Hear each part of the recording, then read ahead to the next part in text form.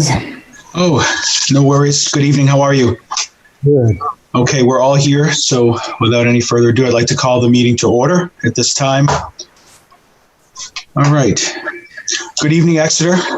Good evening, folks that are here as participants and panelists, those that are joining us in the Zoom meeting, those watching at home on Channel 22 or on Facebook. And welcome to the July 13th, 2020 Town of Exeter Select Board meeting. Once again, I'll be invoking the provision under RSA 91A:23B, and as such, the Select Board will be conducting this meeting without a quorum physically present in the same location. The Select Board continues to welcome the public to participate and comment, and of course the usual rules of conduct and decorum continue to apply. We appreciate everybody's patience while we continue to meet this way, and hopefully someday soon we'll be back, if not in the Novak room, at least in Town Hall. But for now, we're here on Zoom, and all votes taken tonight will be done so via a roll call by the clerk. And with that, I will introduce members of the board, and if you would, please indicate whether you are alone in the room, and if not, who is with you. And we'll start this evening with Selectwoman Roundtree Olaf. Good evening. Good evening. I'm here alone in my room. Thank you. Selectman Brown, good evening. Hi, I'm alone on Water Street. Okay. And Selectwoman Gilman. You're muted.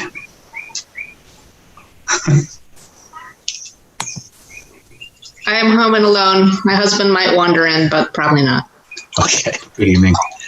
And Selectwoman Cowan. Hey everybody, I am here. I'm by myself.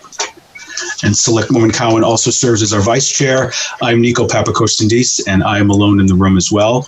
With us tonight, we have the town manager, Russ Dean, our recording secretary, Joanna Bartell, and respective town staff who will be contributing throughout the meeting. The first order of business tonight, we do have a board interview.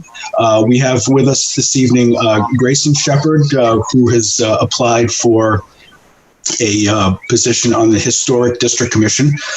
Grayson's with us tonight. Good evening, Grayson. Good evening. How are you doing? Well, thank you. Good. Thank you for your application. This is a sort of informal interview, allows us to get to know you a little bit better and certainly answer any questions that you may have. So I'll turn it over to you if you want to give us a quick intro. Yeah, so just the quick 30,000-foot view without the full autobiography. My wife and I moved up here in November of 2018. She has family who lives over in Northampton, and we lived with her parents for a while, trying to figure out where on the seacoast we wanted to live.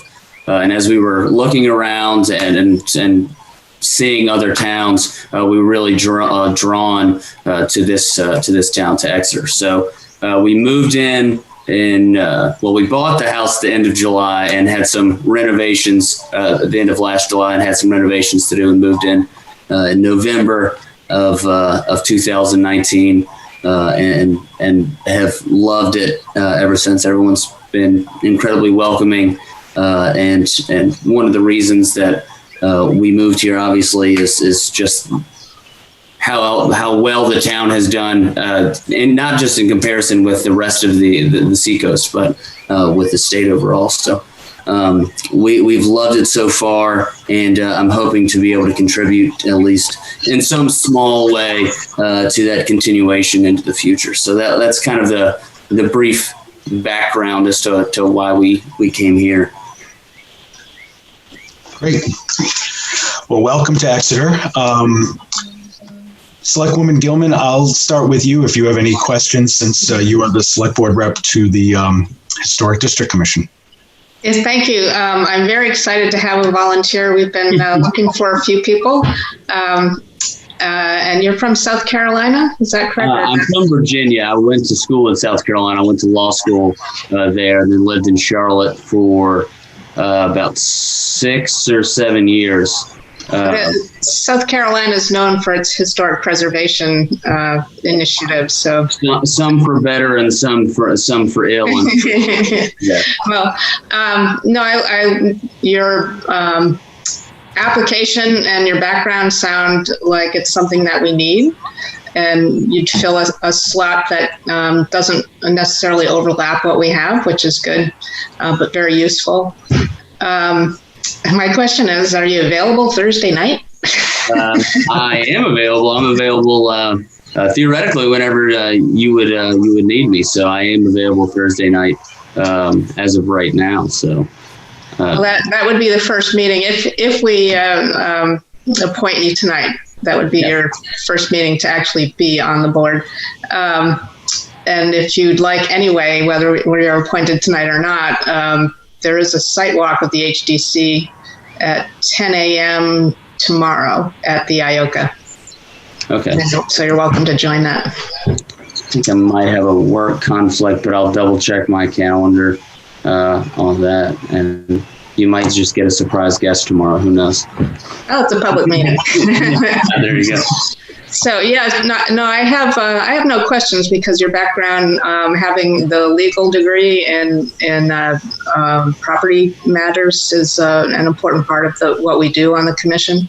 So I don't really have any other questions. Thank you. Selectman Brown.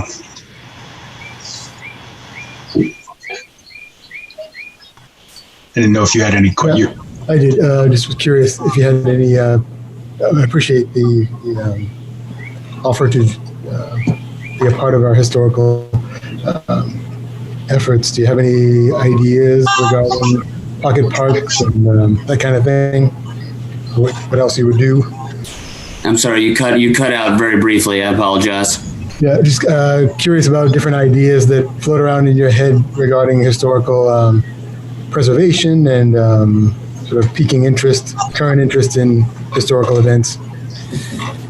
Yeah, so that's certainly something that kind of, I think, prompted that and the fact that I was now somewhat done with house projects and I can have some more free time. That was something that certainly kind of, I guess, encouraged me to send the application in. As far as from my understanding, you can obviously correct me if I'm wrong. I don't know how much the commission's scope is to identify what should or should not be preserved as far as historical importance. But to the extent that it is part of the scope, I think that there's a fine line that has to be walked between obviously preservation of certain historical aspects while also giving a full rendering of the facts, and also understanding that we have to move forward as a society, not just in broader social context, but as well as with development for certain businesses. I mean, I was born and raised in a town that did not quite react very strongly to development. It was an old dying railroad town for almost my entire life until someone was able to kind of capture that historical character and kind of bring it into the 21st century, which I think is a real draw that people have now. The general trend, I think, is a lot of people want new and flashy and this and that. But when that is all that you have, you lose a lot of your grounding to certain aspects of a town and a location that makes that town or that location desirable and adds a lot of depth. And I think that's what is lacking in a lot of not just towns, but just a lot of society in general, is depth and nuance and things like that. So I think that's something that would be beneficial for the town to really take into consideration as it moves forward with deciding on what to preserve versus what to move forward with. If that's the most roundabout way to answer that question possible, that was my that was my the whack at it. That's great. Thank you. I appreciate that perspective, and welcome to the town. Thank you. Thank you so much. Thank you. Selectwoman Roundtree Olaf, do you have any questions of Grayson? No, welcome to Exeter, and thank you for applying for this position. I know that Julie seems very happy. So thank you for doing that. Absolutely. Thank you. Thank you. Selectwoman Cowan. I don't have any questions, but I know the town you're talking about. I glanced at your resume, so I know where you grew up. And I've spent a lot of time in Virginia too, and I think that we can take some lessons from development of mill towns and industrial towns. So welcome. I'm really glad you're here. Thank you so much. I appreciate it. Selectwoman Gilman. Yes, I just had one question. Have you reviewed our master plan and our HDC guidelines? I've glanced over the guidelines. I have not, had a chance to really sink my teeth into the master plan as of yet. Okay, that's great. Okay. Grayson, typically after an interview, we wait until the next select board meeting to vote on appointment. But given Selectwoman Gilman's excitement about having you at Thursday's meeting, let alone tomorrow's sidewalk, unless the board objects, when we get to appointments later on in the agenda, I don't see why we can't do that this evening. Precedent has been set in the past when there's been a dire need. So if the board, unless the board objects, we'll look to appoint you tonight. Do you have any further questions, additional questions for us before we end the interview? Nothing for right now. Thank you so much for giving me the chance to speak with you, and hopefully we get a chance to work together. Terrific. Welcome again to Exeter, and thank you for your interest. Thank you so much. I appreciate it. Okay. That concludes our board interviews for this evening. And now we'll go into the regular portion of our meeting. First is public comment. This is an opportunity for members of the public to offer comment to the board. We do ask that if your comments are relative to anything on the agenda, that you wait until that item comes up on the agenda. If not, this is an opportunity for you to come forward with comment. I will pause for a moment to allow anybody to raise their hands, or for those calling in to contact either Bob or Dan. So we'll pause for just a moment.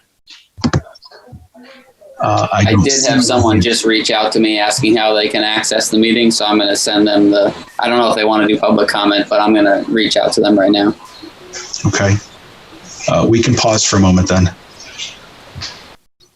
I do see a hand up, Tracy Coviello.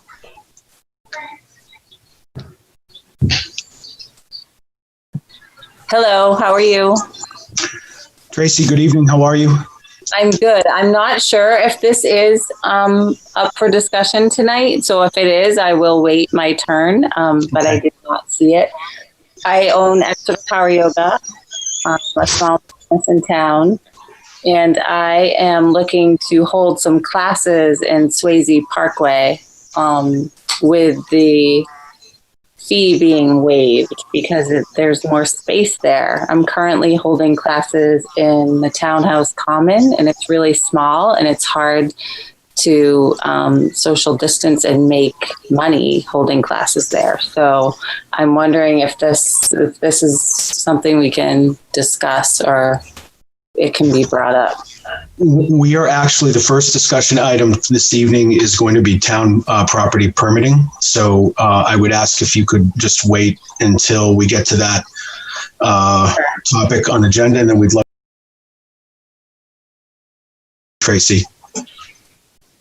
Was there anybody else, Bob? Nope, that person just wanted to get into the Zoom. They didn't have anything for public comment. Okay, great. All right, seeing no other public comment, we'll move on to proclamation and recognitions, of which I don't see we have any. Nico, may I just jump in really quickly? Please, yes. If possible, if people aren't in the queue to speak, can we all mute? There's a lot of feedback. If folks aren't using mics, there's a lot of feedback for somebody speaking, and then it just makes it very hard to hear. Excellent suggestion. Thank you. Okay, next we have the approval of our minutes from the June 29th, 2020 Select Board meeting. At this time, I'll ask for a motion to approve the minutes unless there are any revisions or amendments.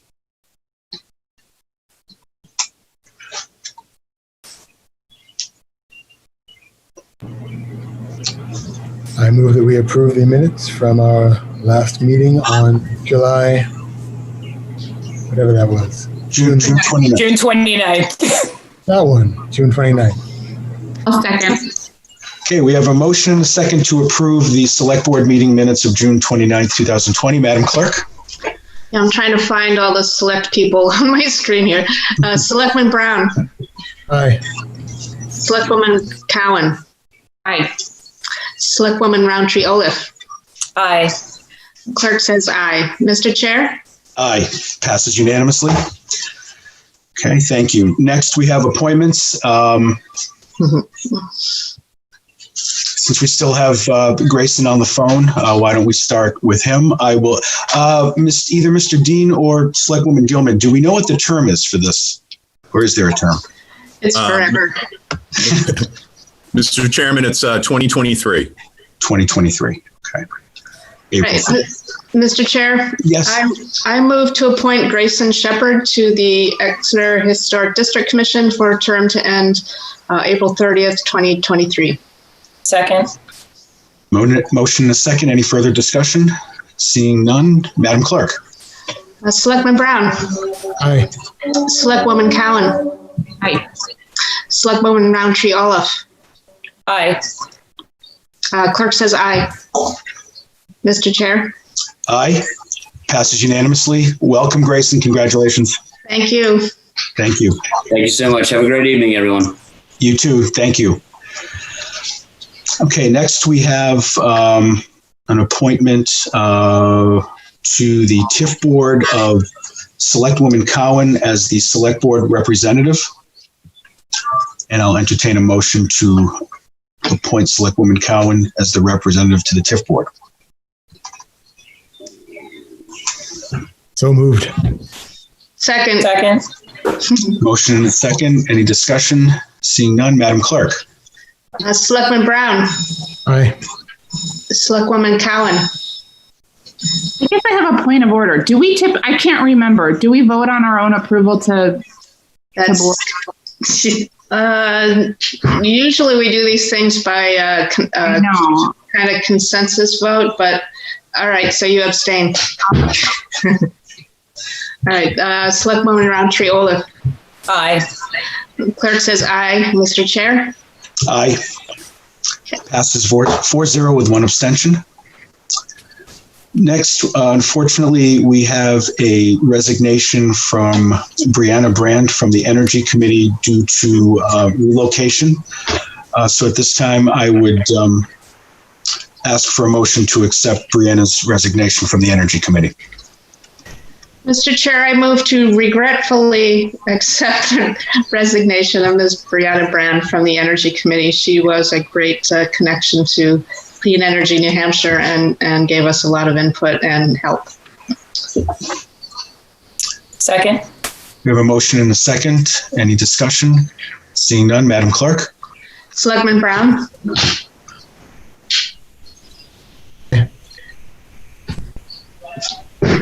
Aye. There you go. Selectwoman Cowan. Aye. Selectwoman Roundtree Olaf. Aye. Clerk says aye. Mr. Chair? Aye. It's unanimous. Brianna, thank you for your time and your service to the town of Exeter. Next, we have a renewal of the health officer, James Murray. Mr. Dean, do you want to give a quick summary of this? Sure. This is an appointment by the board of Mr. Murray as the official health officer of the town. The select board actually act as the Board of Health. So it's your appointment with Mr. Murray, and that's where I leave it. Okay.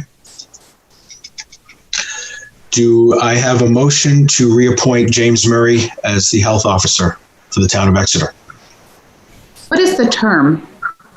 It's a 3-year term. Okay. I'll move to approve James Murray as the Town of Exeter health officer for the next 3 years.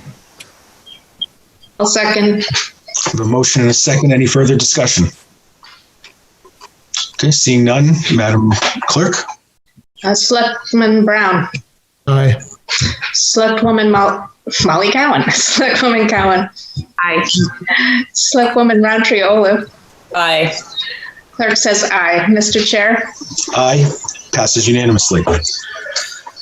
Okay, we have a lot of discussion action items this evening. We'll get right into that. The first of which is town property permitting discussion. And just a quick summary from the previous board, we'd spent countless hours and countless meetings reviewing the permitting process here, the town of Exeter, and ultimately delegating the permitting process to the Parks and Rec Department, and that included events at Swayze Park. And that, has been working well, continues to work well, but of course with the COVID-19 pandemic, there were some, changes that were made just because of the scope of the pandemic, and we had the stay-at-home order and the ultimate eventual phases, as you will. So we've only had up till now, I think, really only one event with a request for a permit. It came to my attention last week that the Powder Keg Festival that's usually held in the first week of October has already been canceled. There hasn't been too much of an appetite for people requesting town buildings or town property for permitting, but I thought that it warranted some further discussion, at least temporarily. Whether that means 30 days, 60 days, now, that's up for the board to discuss. But certainly, as the governor has reopened New Hampshire gradually, the capacity for such events has changed and increased. So I came up with at least two different considerations. The first of which is halting permitting on town property for a temporary period of time due to ongoing concern from the public about having large masses of people for a gathering. The other possibility is to continue to allow permitting as it's been through Parks and Rec and with the health officer working with the applicant, and ultimately having the applicant with the permit come before the select board for the select board to look at the actual event, the plan that's been put forward, and having an explanation from the applicant as to how the plan would be enforced. In our packet, you'll notice the most recent memo from the state, which addresses festivals. And in my understanding of it, Mr. Dean and members of the board, correct me if I'm wrong, my understanding is that there's no set capacity here. There are no guidelines given to the town as to how many people can gather. All that's suggested is that there be that 6 feet of distancing. I'll use Swayze Park as an example. Swayze Park is approximately 5 acres. So I would think that an applicant would have to look at the 5 acres, figure out the 6 foot distancing, and then come up with an approximate number of people or the maximum capacity that would be safely allowed to be in that space. As we've done since the pandemic, all permits that have come before the board have been conditional based upon the applicant answering all of the concerns of the health officer and also fulfilling all of the questions with the Parks and Rec permit application, a copy of which is in our packet. So again, those are two considerations that I came up with. Certainly, I'm sure there are more, and I'd like to open this up to the board for discussion so that we can have in place, at least temporarily while we work our way through this pandemic, some sort of concrete plan that everybody understands how it's going to work. and who is responsible for doing what. So I'll open it up to the board. So, Mr. Chair, for clarification, we are considering the board itself managing permits versus the existing Parks and Rec with health officer advisement? No, the permitting process would remain the same under that second consideration that I presented. The applicant would still go through Parks and Rec and the health officer, but temporarily, if the board agrees to this, temporarily the sign off on the ultimate event would come before the board. And again, that's to ensure that the safety of the public, both of those attending an event and those surrounding in the community, are assured some degree of safety. And just follow-up question, how would the select board determine that versus the health officer? The select board would review to answer your question, the select board would review the application with Parks and Rec. They would review the evidence given by the health officer and ultimately the plan. And the applicant would be here to answer any questions. Ideally, it would be a very seamless process in that the applicant is here, with the application along with the plan. All the I's dotted and T's crossed prior to coming to the board. There shouldn't be any big discussion. But I think that to assist with Parks and Rec and the health officer, given the pandemic that we're in and given the majority of the public's concern for their health and safety, I do feel that temporarily this is a process that should ultimately be signed off by the select board. Now, mind you, that's just me speaking. That's why we're going to open this for discussion. There's 4 other board members. So that's just one idea I had. Mr. Chairman, would it be okay to jump in? Please. Okay, thank you. So obviously we've hit a different stage right now in with the reopening and some of the issues that we're facing.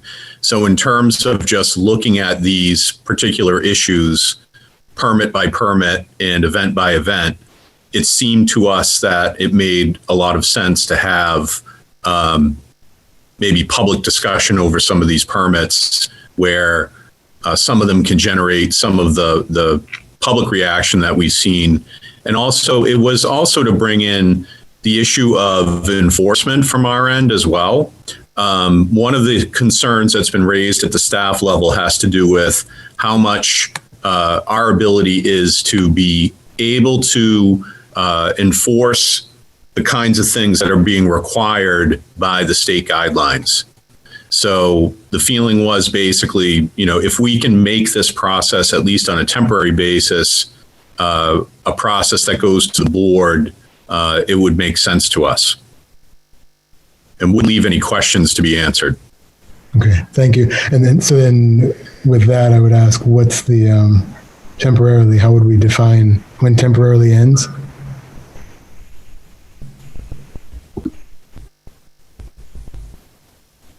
If I believe the chair is muted. Yep. Selectman Brown, that would be up to the board to determine.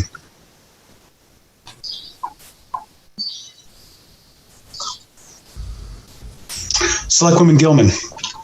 I was going to say the same thing, that just like we have done the governor did the emergency order or a state of emergency and lengthened it every 21 days or whatever it was. I think that's the same kind of practice that I would recommend doing. Yeah, I don't envision this being a long-term, if the board had the appetite for this, again, whether it's 21 days, 30 days, and it's something to revisit, but I just thought it would be a good next step. And would there be any opening for some sort of public sense of that process of what determines temporary, what would determine the end? It feels like we have a nice delegation of concerns right now. And if we move to this, we're instituting something that doesn't have a check and balance sort of thing where, all right, we're instituting this change for an undetermined term, and we will decide when we're done with it. It seems like there should be some where's the check for that?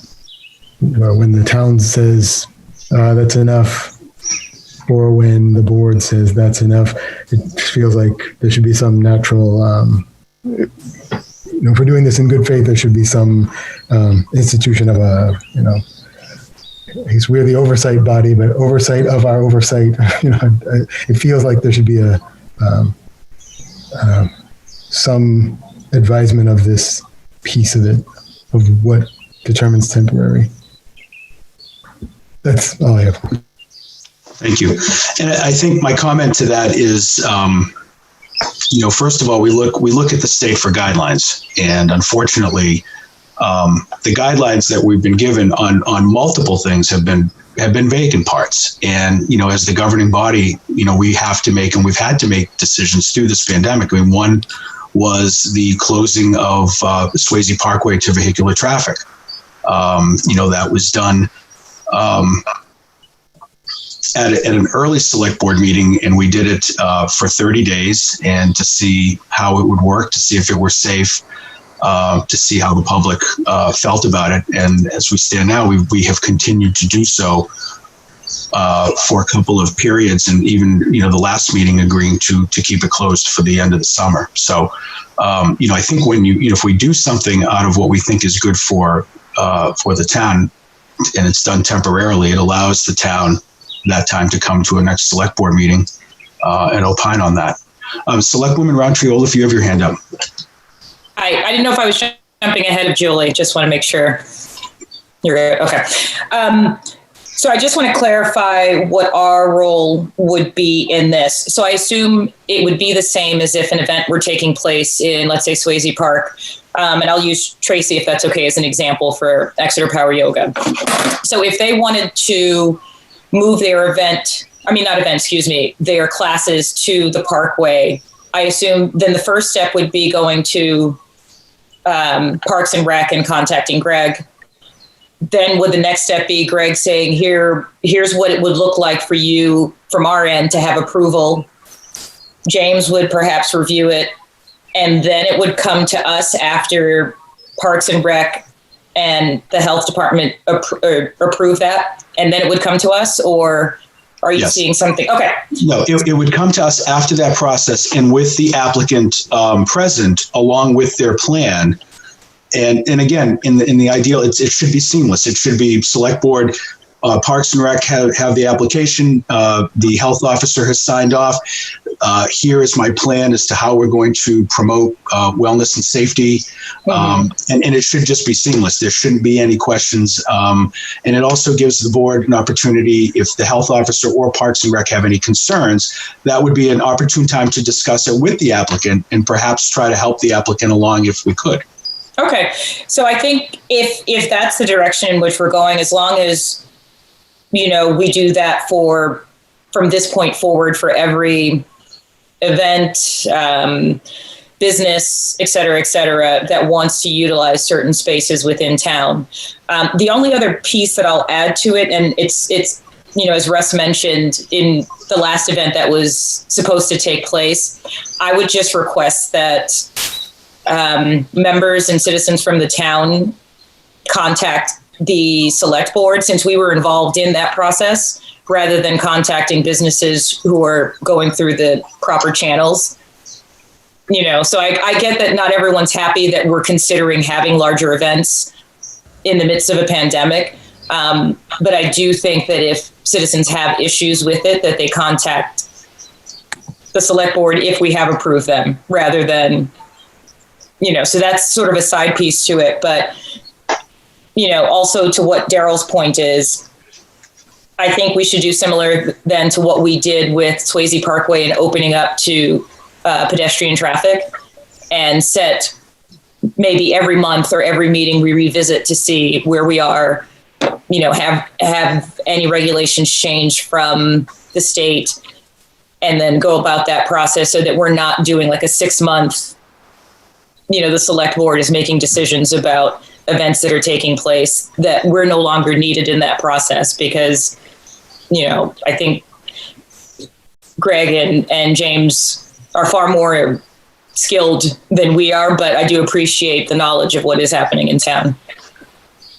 No, absolutely. I agree. And it's, as we've said with, everything else COVID related, it's something, right, that's fluid and flexible. It would not be something where we say, okay, we're going to temporarily do this for the next 6 months. Again, it would be up to the board to determine whether it's 21 days, 30 days. But, certainly I don't think anything long-term does any good for anybody. Selectwoman Gilman? You're muted still. Sorry, I was just going to combine those two topics to the same point, that I'm not looking towards making a determination that the temporary is all summer or 60 days or whatever. I'd like it to be as short as possible, but with enough time to see if there's been any kind of either problem in managing the activities in the different places, or if we see any differences in the statistics, not just within town, but within the state. Right. So I would recommend a not too long, not too short thing, maybe 21 days. Okay. Selectwoman Cowan. I am considering what Selectman Darryl Brown said about, and I wonder if it's, how long we have to use this emergency permit for COVID is how long we have this process. So Parks and Rec put in the emergency COVID permitting to comply with the state requirements. And once we're not using that emergency permitting provisions, then I don't think we need to do this process. Because we wanted to get away from permitting at the select board level. We worked really hard to get away from that. We worked hard to make that a transparent process. And I would be interested in, complying with state guidelines and listening to Parks and Rec and our health inspector. So that's my thought, to ensure that this doesn't go on indefinitely. Okay, thank you. Any further discussion? I had another consideration. Is there a scenario here where we empower Parks and Rec and the health officer with additional resources during this time, instead of us taking on greater authority temporarily or greater oversight, instead delegating, empowering?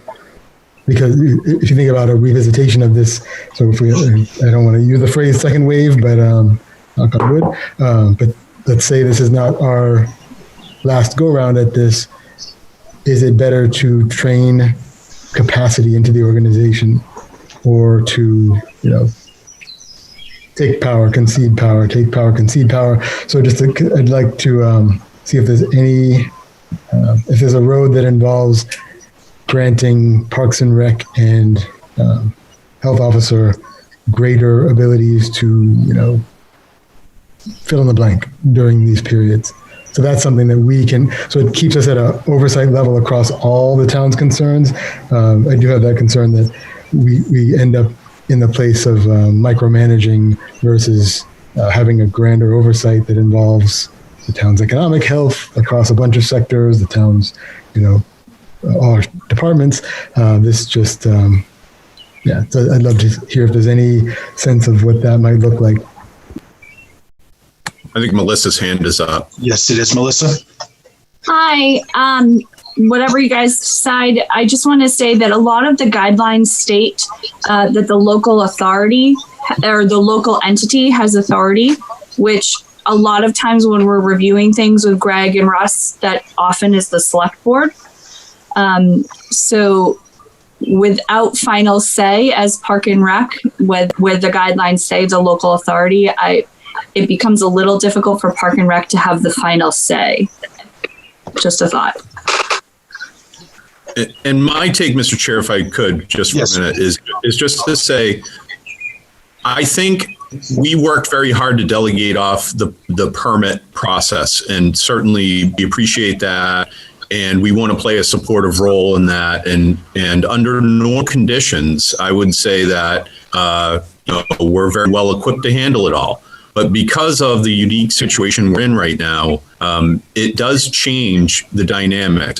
Every time you have an event, whatever it is, there are going to be unique circumstances right now. And so in order to plan appropriately for those things and have the maximum amount of input, I think that's, I think we'd really appreciate it at this time if we could have the full board certainly, be reviewing those things, asking your questions, engaging the health officer and Parks and Rec where needed. And then I think collectively we can make the best decisions we can in the short term.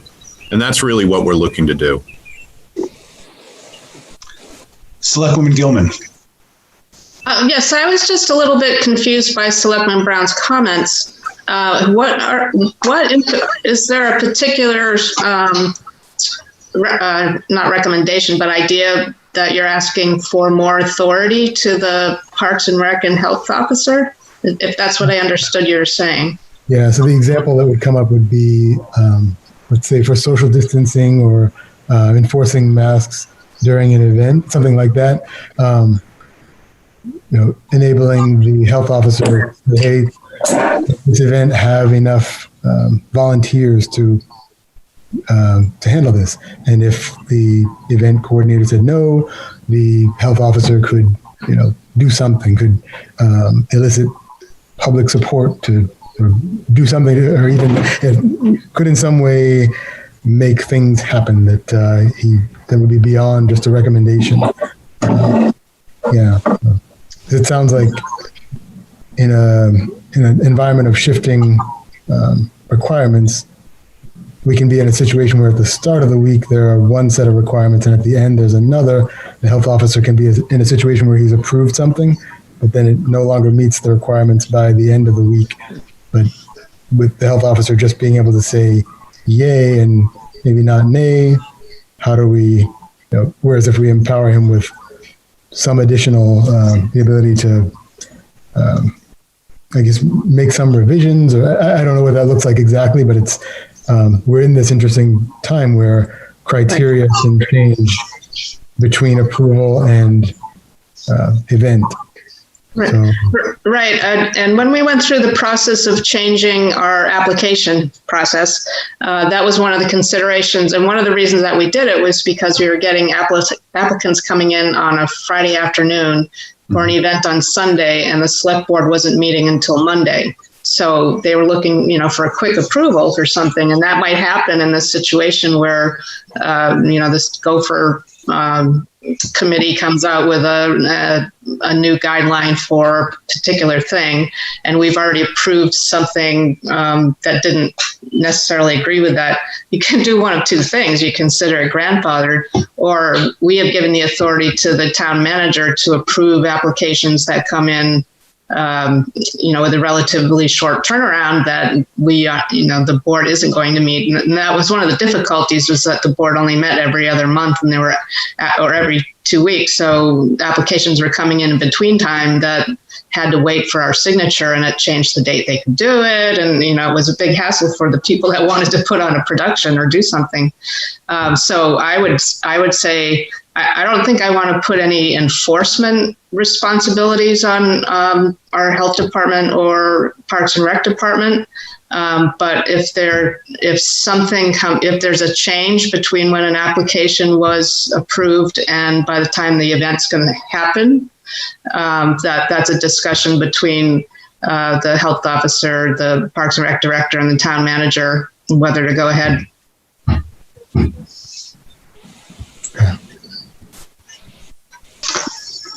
Selectwoman Gilman, I agree with you, and we did work very hard last year to revise and really improve our permitting process. And this is, no knock on the folks at Park and Rec and Health Officer Murray, who do a fantastic job with this. But we are in a unique situation, and unlike normal times, I would think that if somebody was planning an event, all of the preparations that they need to make to ensure safety and health and social distancing and masks and sanitizing, I don't think that that's a permit that's going to be submitted, 72 hours before an event. So I think that the few times we're going to see permits, again, I think that the applicant will have already worked with Parks and Rec and Mr. Murray and are basically coming to us with, here's the plan and here's how we're going to ensure that this is a safe event.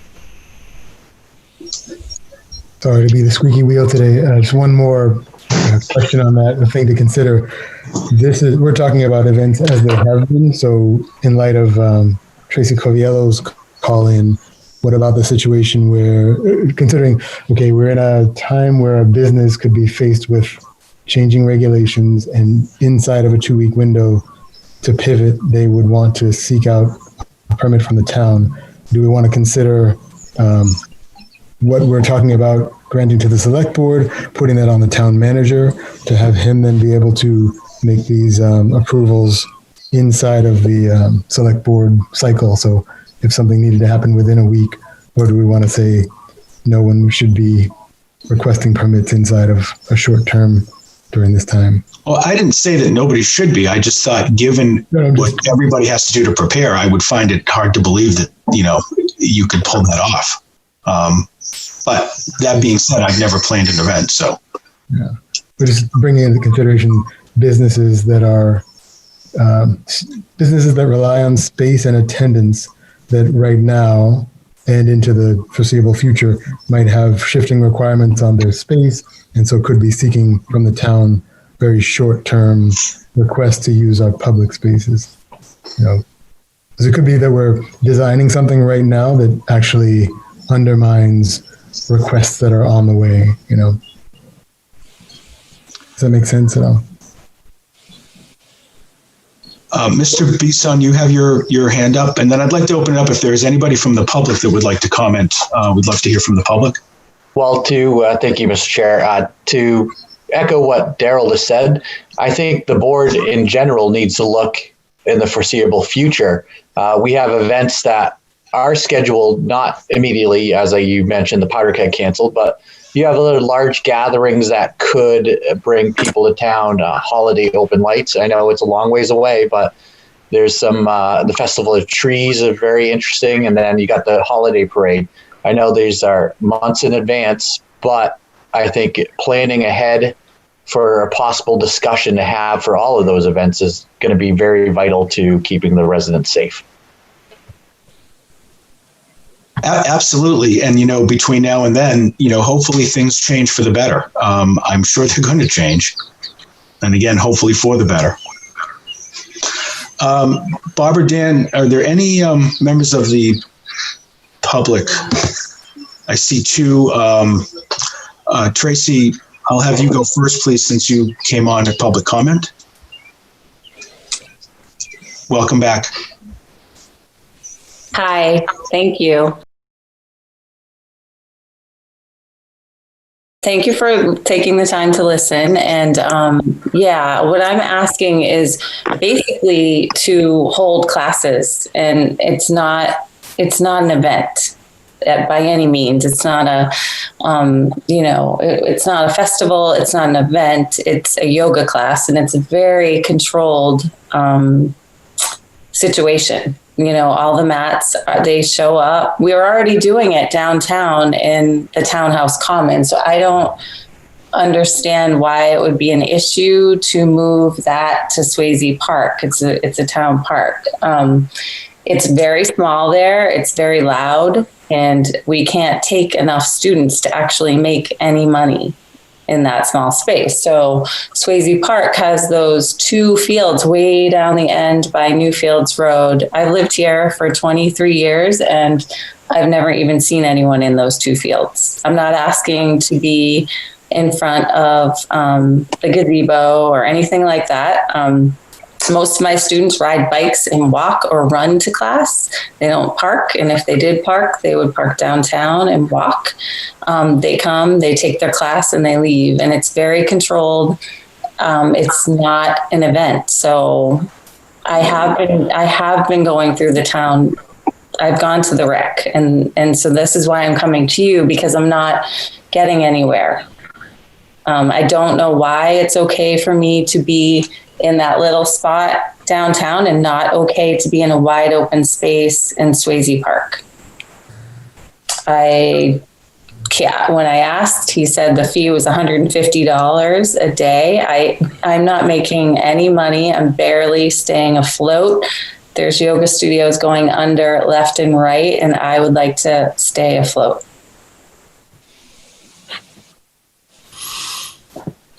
Thank you for your comment. So I understand, is this a permit that you've already applied with the Parks and Rec? Yeah, well, I already talked to Greg, and we've been holding classes in the Townhouse Commons for, since we could start taking, since we reopened a little bit. Mm-hmm. Yes. And with Swayze Park, there is a fee that is charged. And again, I don't know what conversations you've had with Mr. Bisson, but there is a fee. The waiving of fees or discussion of fees is not what we're speaking about tonight. It's more about the permitting process and how we can keep folks safe. Mm-hmm. But there is a fee system in place, and I'm sure that's what he was referring to. Yes. Now, there's also under the Swayze Park permitting a process that we came up with last year, there's also a maximum number of times that one can hold an event in the parkway over the course of 1 year. So that's another consideration. Yes, I get all that, but this is a very different situation. We've never, ever been faced with something like this, ever. Any of us. And, as far as, wanting to keep our businesses surviving, like this is something that will help for me to survive. This is something, I have members I'm reopened again, but they aren't comfortable coming back into my space. And even the ones that are, I'm very limited. I used to fit 40 people and now I can take 14 people. So I can't, make money that way. So this is a very, humbling and hard situation, and I'm asking for help. Sure. Understandable. And perhaps maybe we can work with Parks and Rec if Swayze Park and the fee is too much. Maybe there's another property that would fit your financial needs as well as the needs to get more people in for your activity. Yeah, I've actually asked for that as well. Something with shade, and I haven't heard back. So this is the reason I've hopped on the meeting tonight. I honestly don't know where to go because you're telling me I need to go through them, and I'm not getting anywhere really with them. I'm very, very appreciative for the space downtown, but it's just not enough to keep us going. Okay. Thank you. If you would, Tracy, before you go, if you would email me your contact information, yes. I will reach out to you tomorrow, and perhaps by the end of the week at the latest, you and Mr. Bisson and I can have a conversation and try to help you out. That would be great. Thank you so much. Okay, thank you. Thanks, everyone. Okay, next we have Kathleen Wilkstrom. Good evening, Kathleen.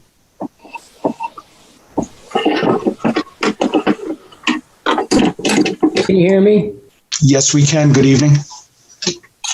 I just wanted to comment on a lot of the discussion, this meeting and the previous one, about social distancing and at events and whether masks needed to be mandatory and a lot of the stuff that you guys have been talking about. I find it sort of confusing. For one thing is whenever it's mentioned that the mask is a recommendation or a suggestion, even vocally, it sounds like there are quotation marks around that. And if it's not really a suggestion and it's really a requirement, I think that's what it needs to be called. And I think that's what you need to vote for. If it's just a suggestion, why would it be that at an event in Swayze Park, it suddenly becomes something that's enforceable, or that the people running the event are expected to enforce it, which, the enforcement side of all of that is a can of worms I'm sure you've considered. So I just I think that I would like to see more events. I think people want to have events, and if they can maintain the same social distancing requirements that are in the park now during their event, I don't see why they have extra hoops to jump through. They have to provide masks. They have to provide hand sanitizer. I go to the park all the time. No one's providing hand sanitizer when I go there. So I just think it's important that you think about how terrible it would look if you were out there enforcing it. And if you're not willing to enforce it, then why is it that event managers are expected to do that? And Mr. Chairman, I could say just from my own perspective that one of the reasons the events have to have this is because of the guidelines, because that's what they're asking of us. The state guidelines? Correct. The universal guidelines and the event guidelines, depending upon what kind of event you're having, lay out requirements. Okay, but if the event managers say, yes, we will meet all state guidelines, is that not sufficient? If they take on that, yeah. Go ahead, Mr. Dean, go ahead. No, I was just going to say, if they take on that responsibility, then the expectation would be that they're the ones that are in charge of that. And I think, again, the complexity comes in when you have potential issues of enforcement or you have other issues come up through that as to how do you make sure that something that's written down or agreed to is actually executed. So that's really what part of this process is about, is because each event's going to be a little bit different. And so trying to get that understood in the best way possible to make sure everybody's complying is an important concept. Yeah, it does seem that a lot of the more hoops you create, the fewer events we're going to have. The more different people, if they have to go to Parks and Rec, and then it goes to the health director, and then it goes to the select board, there'll be fewer events. And if that's the goal, I think it'll work, but it's not my goal. And, I love all the things that go on in Exeter, and I'd like to see them keep happening. And we're in a small town where social distancing is pretty easy, especially in an outdoor event. And I wish we would have more of them. I was sad to see that the brass band wasn't going to be playing this summer. So I urge you to try to make it possible for the events to come back to Exeter, especially when they are outside and very social distancing point of view. Thank you. Thank you. Mr. Stephen Osborne is next with his hand up. Good evening, Stephen. No, Stephen, it's Chetna Palmer. Oh, I'm sorry. It's all right. Hi, Chetna. Hi, hello. I just, so it's Chetna Palmer from Grove Street in Exeter and also chair of the Sustainability Committee. I just wanted to add to what Tracy was saying about Exeter Power Yoga and the situation that she faces as a local business. And I think it would be really, really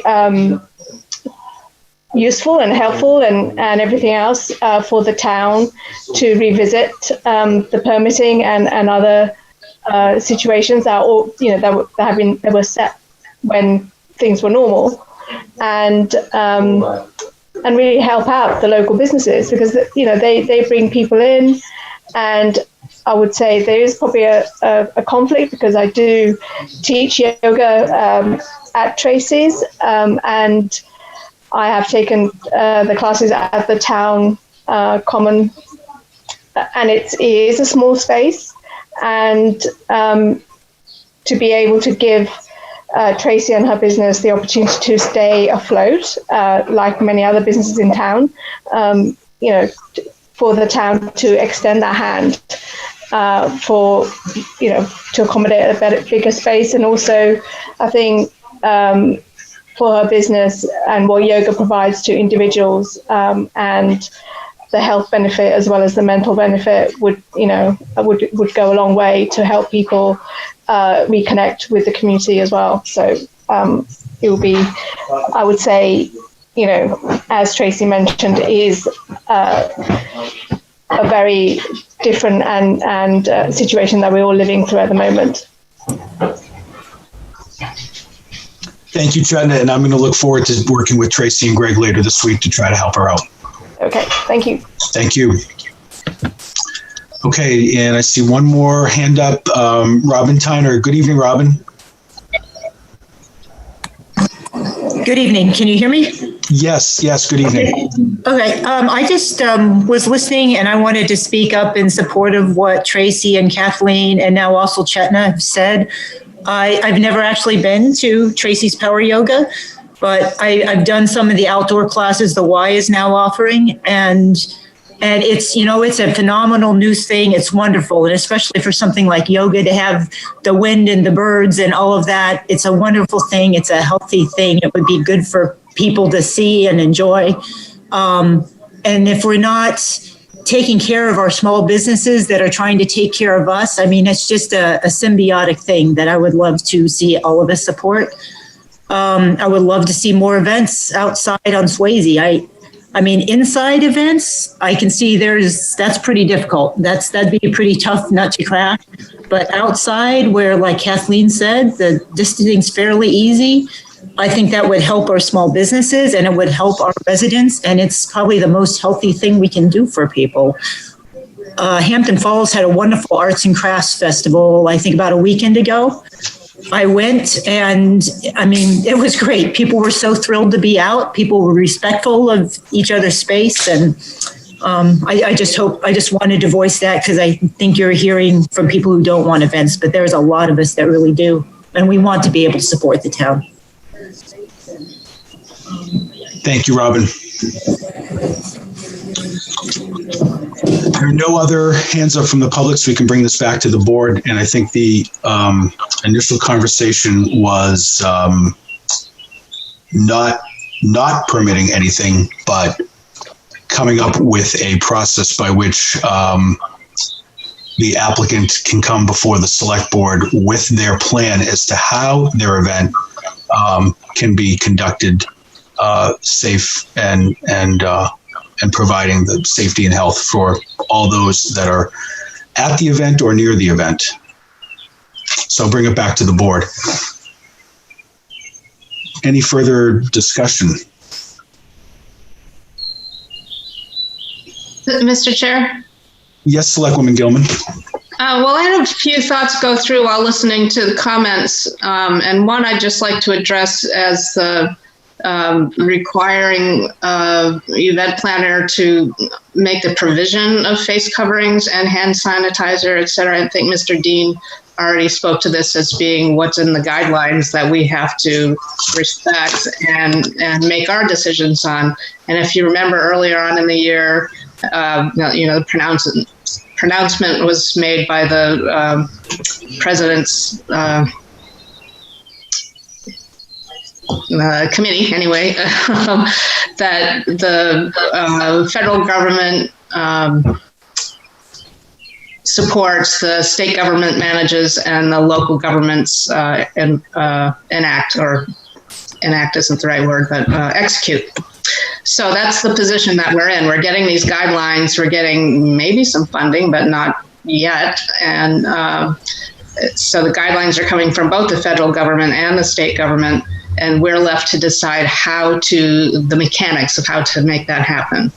So I just want people to understand that we're asking for applicants to have their plan for the provision of the social distancing, the face coverings, and the social hand sanitizer, washing hands, all the things that have been recommended by the CDC for as long as this has been going on. I did want to talk about the difference between a meeting and an event, or event and I wouldn't consider a regular class of yoga an event. I would consider that more like a sculpture class that meets once a week, used to be in the recreation building. So that would have, to me, a different level of satisfaction. I guess it would be easier to satisfy the spacing because it would incur a smaller number of people. Because I think that we're up to gatherings of 50 now that there are specific guidelines for. Is that correct? So if it's less than 50, then there's a certain amount of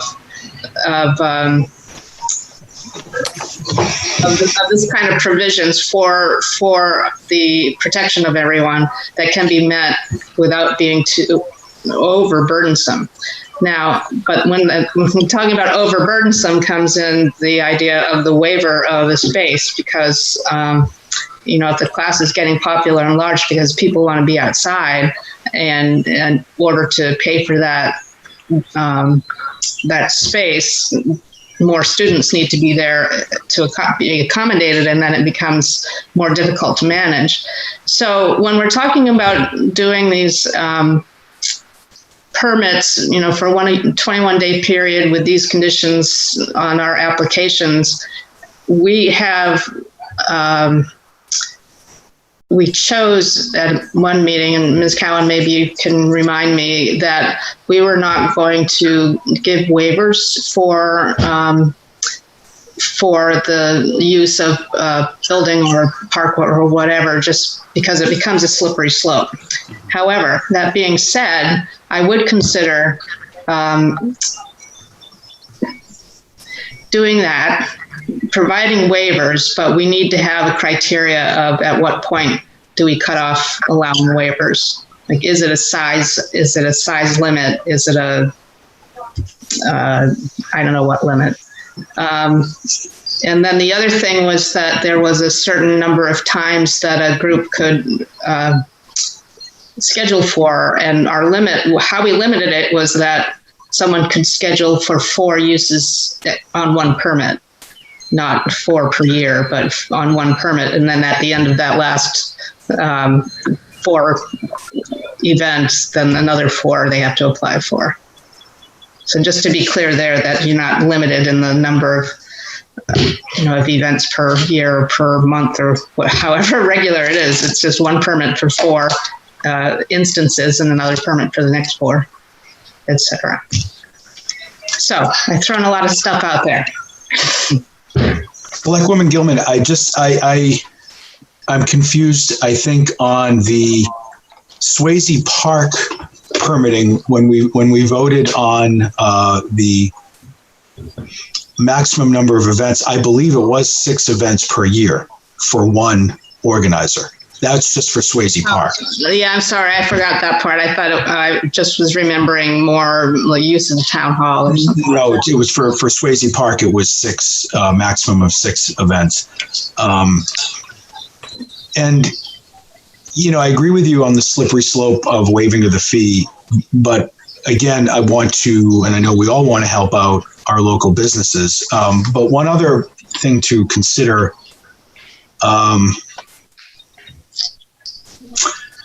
at Swayze Park, all of our events, with the exception of the powder keg, are donation only, correct? That is true, yeah. Is that in the bylaws of the trust? Or is that just a practice that we've taken on? My understanding is that, and Selectwoman Gilman can check me on this, but my understanding is that the parkway itself is always considered a public space. So the powder keg is unique because the section of the parkway is cordoned off because of the beer part of that festival. But as far as charging admission to the park, my understanding is that it's always been treated a lot like Prescott Park, which is donations can be asked for, but tickets cannot be sold and the park cannot be closed. Right, that's right. And if we're talking about, if we're going down this road of having a yoga class there, which I agree. You know, we have to figure something out because it sounds untenable to have her in the space she's in. And I can see how this could work safely pending sign off from James. But we wouldn't be charging admission to the park. It would be charging, participation in this class that is, sort of dealt with separately. And it wouldn't preclude anybody else from being in the park at the same time. Well, that's when you get into the kind of slippery slope. If you don't need permission, you don't need admission to the park. It's always public. But people could take advantage of her class and not pay because it's out there. So that's what we're trying to protect, is that, or figure out how to do, I don't know, with this different kind of application, it not being an event, but it being a special thing. We could call it a meeting. It's a class. So, but I don't know that we could say to somebody walking down the pathway that this is open to the public. I can sit here and do yoga if I want to. Yeah, but I don't know that people are going to be doing that. I mean, I can't imagine. I don't think that's a worry. And if they do, so be it. If she gets 40 people to show up to a class and you get the one rogue, yoga guru, I think she'll be fine. No, that's fine with me. I just, remember that it's a special situation now in these months that we're in, because it's going to come up some other time. Somebody's going to want to ticket something. Right. And my recommendation is, even in this environment, we need to proceed carefully because, again, I'm sure the board is aware. I mean, there's several different issues associated with each business. A business may be local. That's great. When does the next business come in and ask? Those are things that we have to be thinking about. And in the past, we've had partnerships with Parks and Rec, who, as the permitting authority for some of these properties, have had, obviously programs run through them, and that's been the most efficient way to do it. But we haven't had a lot of this kind of thing. It's somewhat unique. I don't know if Greg wants to add to that, or Melissa, but just to throw that out there as a concern. I think the parameters are very important. However it gets set up, that there are parameters around it that allow us flexibility. If I could just interject here a little bit, to give you a little background, they reached out to us back when this pandemic hit and it started to open back up.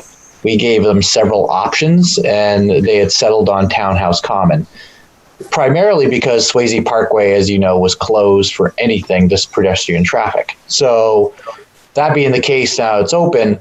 The two places she is recommending have no shade, by the way, and I'd be willing to work with them. And I just was laying out what was in policy and procedure for us. One of the suggestions was Gilman Park, and I know we're talking about dogs later, but Gilman Park has plenty of space that they could definitely social distance. But that was something we worked with them right away. It's right around when youth sports were starting up. They signed waivers. They do a town COVID waiver with us. And I'd be happy to work with the chair to find a suitable location for them. Thank you, Greg. While we continue our conversation in the permitting, James, do you have anything to offer from a health standpoint? No, I appreciate the suggestions from the beginning. I think it's a good idea to have the process go through Parks and Rec and myself, and then we all come before the board. I think that opens it up to public comment as well, which is really nice. I agree. I think that's a good idea. Any further discussion of the board? I just wanted to make the one comment about what a great job I think we did for restaurants and providing them with alternatives with outdoor seating during this period. And just making sure that we're thinking about our whole business community and folks who can make use of public spaces in a similar way that restaurants have made use of outdoor space would be wise. Yes. Okay. Is the board, anyone on the board willing to make a motion? I think Darren has his hand up. I'm sorry.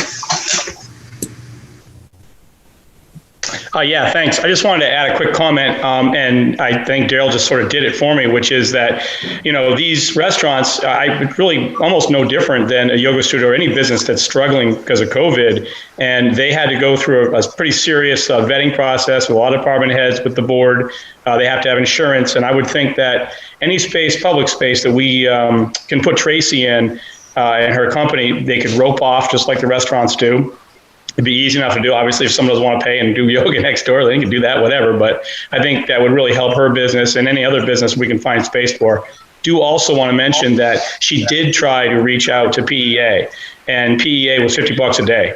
They wanted it. They've tried a lot of different locations, and they've just fallen short. And I don't think this is a slippery slope type of situation. But as long as every application has to run through the board, I think it's something that's manageable, and we do a lot to help these businesses if we can. So. That's all I have. Thanks.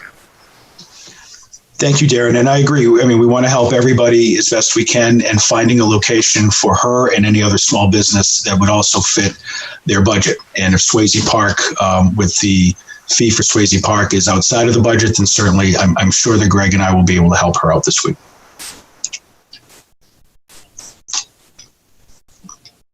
So I'll bring this back to the board again. Is there any appetite for a motion on specifically citing how we're going to treat permitting on a temporary basis?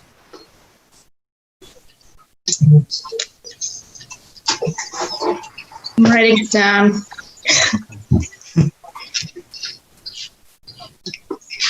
Julie, are you going to go with 21 days? That was going to be my recommendation. I'm just trying to figure out the words that go before that. I'll let you handle that. Mr. Chair, I move to amend our application for town facility use to provide for select board approval for a period of 21 days from July 13th. Is that what we're shooting for? Okay. Yes. Is there a second? Wait, is that it? I believe so. That's for now. There might be more motions after that. Okay.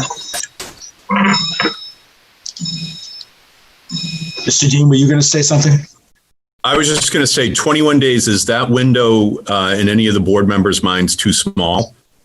Could it be a 30-day window? I was thinking 30.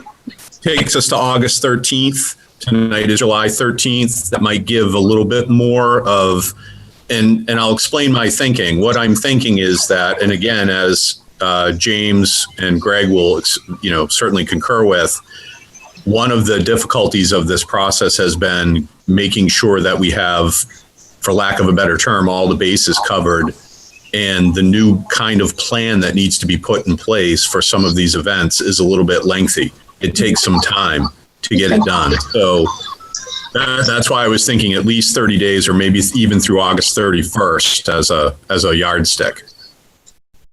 Okay, Mr. Chair, then I would like to amend my motion to for a period.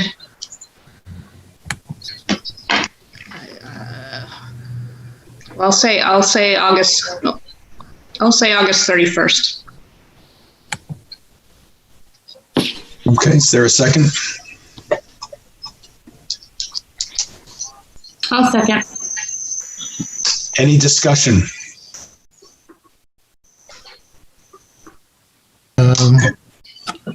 So what we're doing is keeping the process in place and then putting the select board on top of giving select board the final say. What is the exact procedure now? The proposed procedure would be what? The proposed procedure is to bring the select board back into the application process during this period, because we're the ones, we kind of want to take heat off of our employees. So if there's a complaint or a suggestion, that it comes to board members instead. Part of it is also because this is such an unusual time and we're all getting different information from different places, I think that we need to be consulted together, because things are changing and it's so fluid that I think that is a protection for the town, and to get input publicly from who are listening, who's telling us what they think about what we're doing. So yes, it'll bring it back to the board for more input.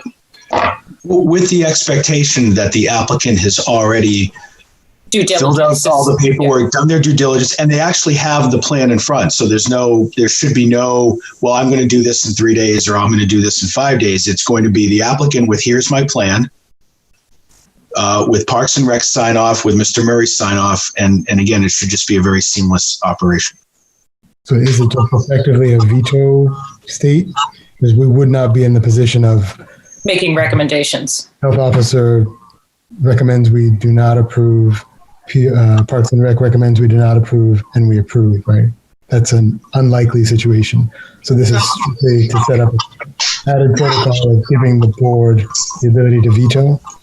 Yeah, no, the board has the ability to veto. It's really our call. We're going to listen to all the testimony from our employees and our departments, but we're also going to listen to the applicant. So if either one of them sways us one way or the other, then when the vote happens, that's what you'll get.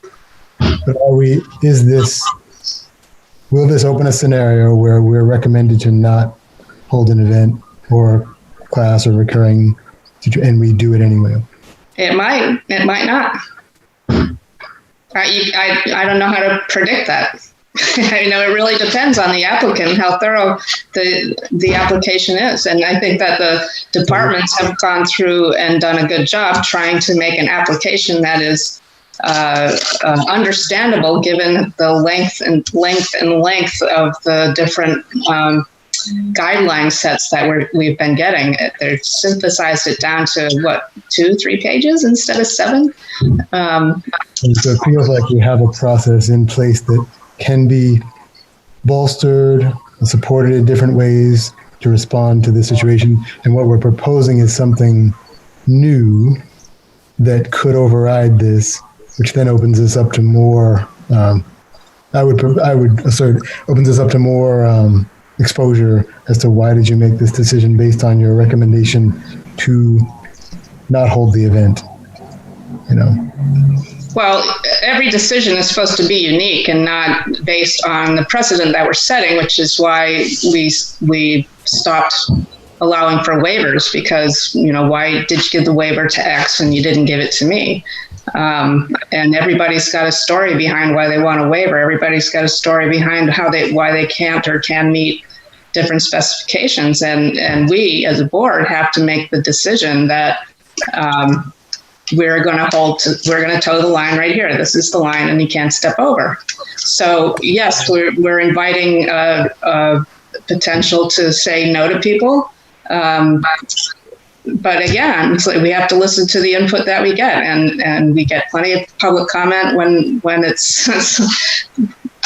comes up, and but we also have our personnel to make a decision, and we end up being more of an appeal board at that point, I think.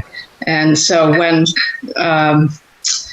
it is going to be our decision ultimately, but if the applicant doesn't like what has been recommended to us, like if the departments recommend denial of a permit of an application, then we take that up and we decide, have they met the criteria? It's sort of like being on the ZBA or the planning board. Have they met the criteria to our satisfaction? Do we feel safe in moving forward against the recommendation of our health officer, Parks and Rec, and whoever comes in the line? And if so, why? We can't just say yes. We have to say yes because of these conditions. So, to your point, yes, we could deny something, or yes, we could approve something that was not recommended to be approved. We get a lot of input, and we learn a lot of things, and we have to use them all as a group, not just, one person saying, I don't think so. Thank you for that explanation. My position is that, we stand by procedure, and where we need to, we more specifically define that procedure and even so that even in times like this, we can adjust our procedure. Sorry, we can adjust our policies, but to change our policies, to change our chain of, I don't want to say chain of command, but to make this change. You had made the statement about about the waivers, but everyone is looking for an exception. That would make the case that every board looks for an exception to their rules. So I respect this, the interest behind this. I appreciate the sentiment behind this. I just really feel like we have process, or we have endless exceptions. So we're headed down a road of endless exceptions, potentially, in a time when we really need to stand behind our charge and ironclad process if we can. Okay, I thought that our even discussing this was because of whether or not the board needed a role in this process, and I'd be certainly happy to step out of having a role. I'm not really sure. Maybe I should amend my motion again to just, say, okay, let's move the application process to be 31 days or August 30th, or withdraw my motion altogether. Mr. Dean, did you have something? Yeah, I just wanted to add that, it may be after the first few ones of these that the board gets a good feel for what is out there and what is being done. As I say, right now, we don't have a great feel. We're just still really in the beginning stages of what I would call permitting under these guidelines. And so I think the more that we can engage the board in the short term, so you can see and we can see together sort of what's coming through and gain some public comment out of those things. There may be no public comment at all, but I don't expect that in this atmosphere, that we won't have some, and we should at least give that opportunity so we can hear about any concerns that people have and that sort of thing. So, again, not all events are considered equal, and I think we're going to find some in this instance are easier than others, but we may be in this framework for a while, and I think we'll all learn through that framework what the best practices are and how to best permit these things that come through in the safest way. Thank you. What he said. That was what I was trying to get to, is that, things are changing. We need to know as a board what has changed in the process and why. And get the input from people. I don't think it's up to us to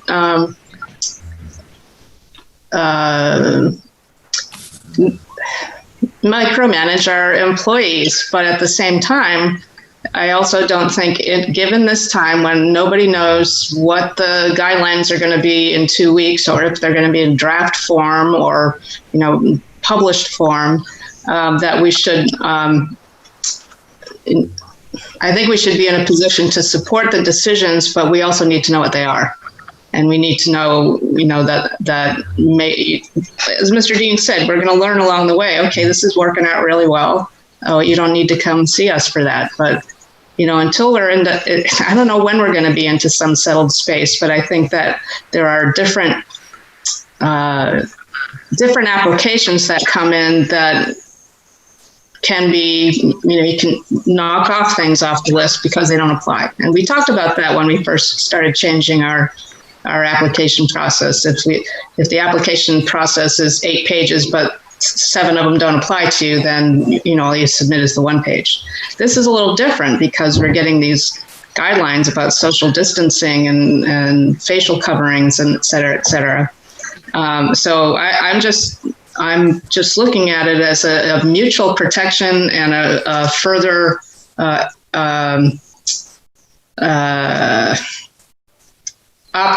further option or time for more public comment on whether or not people are comfortable with what's going on in our community.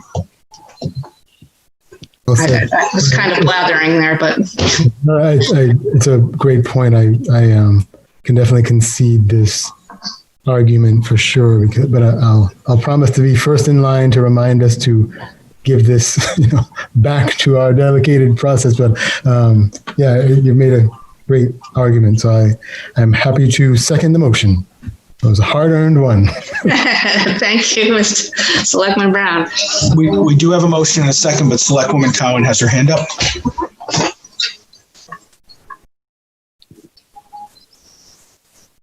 Not anymore.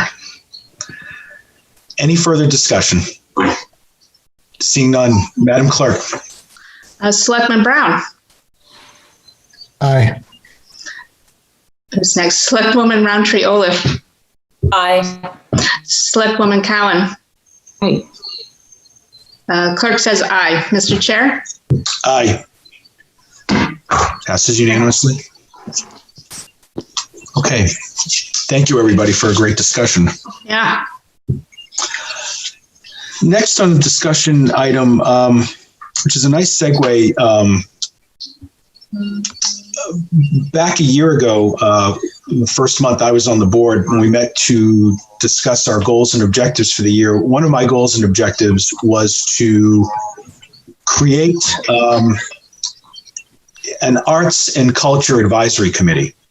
And then over the course of the year, we had so many other pressing issues to deal with that kept getting tabled. I created a draft of what I thought was a mission and maybe a committee charge, and it's been sitting on my desk for about a year. And when we convened this new board, one of the first things that I wanted to introduce to you all was the idea of having an Arts and Culture Advisory Commission. And then we got hit with the pandemic, and we've had other matters that we've had to take care of or discuss and vote on. I thought this was an opportune time to at least introduce this and bring it for a quick discussion, because I think now, Selectman Brown, you brought up a good point. We have a lot of smaller businesses. We have local artists. We have local artist groups who are reopening or have reopened and maybe looking for some help. And I think this is a time for us to consider discussing putting together an advisory commission for the town of Exeter, arts and culture. I hope you've had an opportunity to read the document. For the sake of brevity, I'm not going to read through it now. It is in the packet. But first, I'd be interested to hear any comments or suggestions from the board, and then also open it up to the public if there's anybody.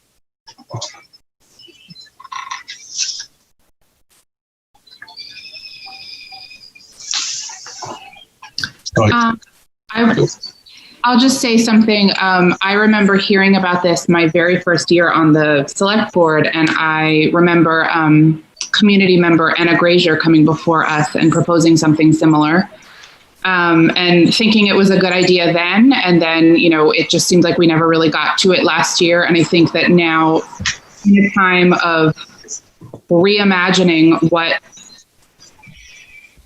what our town looks like, at least for the short term, certainly, this is going to be critical.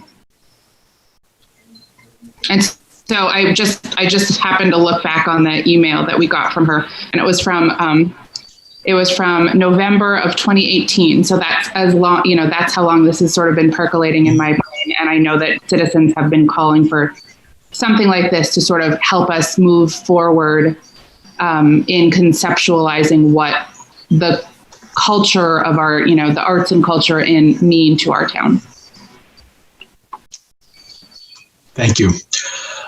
So again, for the sake of time this evening, and we do have a lot still left on the agenda, I think that maybe my request would be for everybody to think about this, and maybe we can put it on either the next agenda or the agenda after that, depending upon what else we have.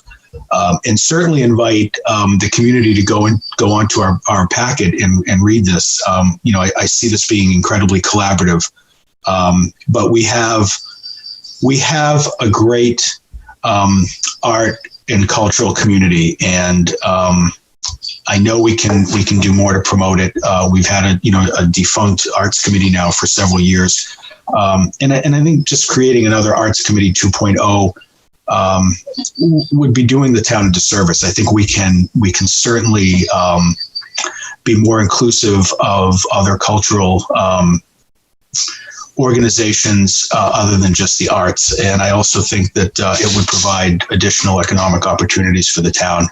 So I'm excited for this, and I'm excited to continue discussing. So maybe the rest of the board can kind of take a red pen to this and come up with some revisions or additional ideas or plans of strategy, and we can discuss this at the next meeting. Okay, if there are no other comments, we can move forward to the second reading of the Animal Control Ordinance Amendment, and I'll turn that over to you, Madam Clerk. Okay, I'll make this short and sweet. We are reading again the deletion from section 910 of the town ordinances, section C, Gilman Park off Bell Avenue, which means you are allowed to have your dog if under control while in the geographical confines of the park.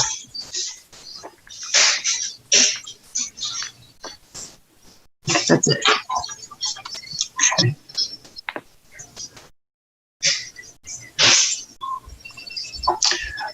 And I'm looking to see if there are any members of the public, and I don't see any hands up. Okay. Back to the board. I think, Mr. Dean, just one more public reading. It's three public readings.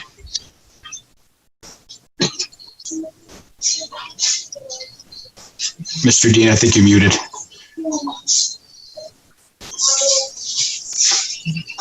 Apologies. Yes, one more reading, Mr. Chair. Great. Okay. Thank you. This evening we have the pleasure of having the Phillips Exeter Academy Principal William Rawson with us, as well as Assistant Principal Karen Lassie. And I had the opportunity to speak with Principal Rawson last week, and he was filling me in on the Academy's plans to reopen the school for this coming school year. And I believe last week at some point he introduced this to the families of the students and also to the faculty. So I thought it would be a wonderful opportunity for the board to speak with Principal Rawson and develop ongoing communication with the Academy, not only for this, but for other things. So with that, I know they've been waiting. Principal Rawson, good evening and welcome. And the board, and I'm sure the community are excited to hear about your reopening plan. Well, thank you very much. Thank you for inviting us. We're delighted to be here. I'm going to take a few minutes, maybe 5 to 7 minutes, and just sort of outline what we have planned for the fall. And then hopefully we'll have a bit of conversation, and Assistant Principal Lassie will help answer questions. We're very much shoulder to shoulder in doing this work. But I'm very pleased to be here. It's my first time attending one of your meetings. I'm very pleased to be introduced. I know 2 of you were recently elected. I congratulate the newest members in joining. That's pretty cool. We feel very strongly about our relationship with the town. In my case, I just finished my second year as principal, and Ms. Lassie has been on the faculty for much longer, but I attended the Academy as a student for 3 years, graduating in 1971. So I have sort of a 50-year framework for the town, and it's a great town, and it's great to be back in town, and it's very important to us as an academy to be good citizens in the town. So I do want you to know, way back in March, when we first started really wrestling, and I guess February as well, when the pandemic first hit, and we were thinking, what about our spring trips, and what are we going to do? And then we had spring break, and we're going to bring the students back. And when we were thinking about bringing the students back, we had 2 objectives in mind. And the first was to keep our own community safe, our students, our adults, their families. But the second was to contribute to keeping the town of Exeter safe and not contributing to community spread. So I want you to know that we've had those twin objectives all along. We are not operating our summer school this summer in person. We have an online summer program, much smaller. So that was an important decision. For the fall, we are contemplating reopening at full capacity, but we're going to do it on a staggered basis. And everything I say, by the way, is subject to the pandemic. We are watching what's happening around the country and around the world. What's happening in New Hampshire is extremely encouraging. What's happening in Florida and Texas is worrisome. But so everything I say is subject to change, but I hope that we're able to execute the plan that I described. So we want to bring all our students back. We will bring our student leaders back first. That's a little more than 100 students on Labor Day. Our 11th graders and 12th graders would come 2 days later. Our 9th and 10th graders would come 3.5 weeks later. So we built in a stagger so that we have an opportunity to get up and running at half capacity first and establish new behavioral norms and know that we can do this well at half capacity and then move to full capacity. For the fall plan, in addition to those two goals that I just described, we have a third goal, which is flexibility. If pandemic conditions get worse, we need to be able to pivot in one direction. If things improve, maybe we can become a little bit looser on a restriction. So flexibility is an important part of our plan as well. And our plan, by the way, the announcement to our families and students is on our website. I probably should have sent you a copy of that. I apologize for not doing so, but it's all publicly available. So we'll operate at full capacity, but building up on a staggered basis, as I described. We will have all of our students tested before they leave home. If they're positive, we want them to stay home and get well before coming to school. Once they get here, they'll be tested 2 more times, 3 days after they arrive, and then another week to 10 days after that. And our students will not be going into town until they've had at least 2 negative tests. So we want to be careful about that. We do expect, even though we want to be at full capacity, we expect life on our campus to be very different. Basically, when students leave their rooms, in most circumstances, they'll be wearing a mask and keeping physically distanced from their peers and from adults. And most of our instruction initially is going to be online. It's not going to be in person. We have over 1,000 students. Having those 1,000 students try to get in and out of 3 main academic buildings could be very challenging. So initially, we'll be focusing on online instruction and introducing in-person instruction during the course of the term. We're also going to be cautious about movement on and off campus initially. Now, we do have a couple hundred day students, and they will be coming and going daily, but they'll have symptom checks, temperature checks daily, and of course, they're primarily going from here at home. We're not initially going to have students, for example, going off campus and participating in other club sports or other activities like that. We're an open campus. We have roads right through our campus. We do want our students to be able to go into town, have some personal freedom with masks and physically distanced. But in other respects, we're going to limit the movement off campus and back into our dormitories and try to keep the dormitories as contained units as much as possible. We really have to reinvent much of our program. Our dining will be mostly grab and go. We're trying to eliminate many of our doubles, so most of our students will be in singles. We are going to use the Exeter Inn as a dormitory and have over close to 60, somewhere between 53 and 60 students in the inn to help de-densify our dorms. So a lot of things we're trying to do to sort of reduce the density on campus, make it easier to be physically distanced, and of course masks will be a big part of our program. We have what we call sort of a Swiss cheese approach. This is the metaphor that our medical director, Dr. Lilly, likes to use. One piece of Swiss cheese has holes in it, but when you have 6 or 7 or 8 piled up, suddenly you don't see any holes. So the testing, the masks, the physical distancing, the daily symptom checks, initially not having in-person classes. We're going to have small dormitory units, let's say the 3rd floor of a dorm or a small house, and they'll share a designated bathroom. We're going to have very rigorous cleaning and disinfecting protocols. All of these things are designed to add additional layers of protection. What happens if we have a case, a positive case? We will have that student treated in our health and wellness center. And actually the bigger issue will be, what about the close contacts? And so other students in the dormitory unit will almost certainly be considered close contacts, but we're also going to use technology to identify other close contacts. And we will use quarantine space. The first option will be for those students who live within a reasonable driving distance, is to have the families come and collect the students and take them home, because it'll be much more comfortable to quarantine at home. And because the instruction initially is going to be primarily online, that'll be a fairly easy transition. If they can't go home, then we'll have a modular unit with 40 quarantine spaces. It's also possible for a family to come here and stay in a local inn with a student, because remember, these are not positive cases. These are students being quarantined. But we are looking very hard at having adequate quarantine space. Two more general points.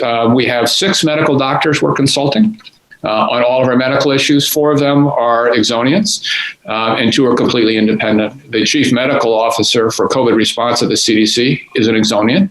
It's not a political appointment, and he has been tremendously helpful to us. His job every day is to read all the new articles and all the latest science, so it's been very helpful to talk to him.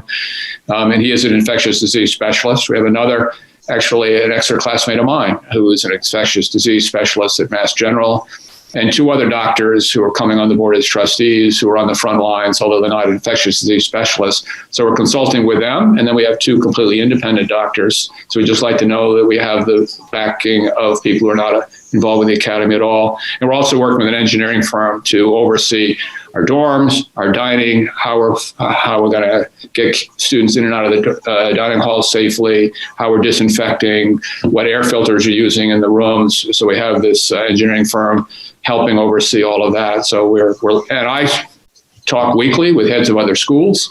And of course, we're looking at guidance from the state of Connecticut and the state of Massachusetts, as well as, of course, waiting for guidance from the state of New Hampshire. So we're looking to as many sources for information and ideas as we can.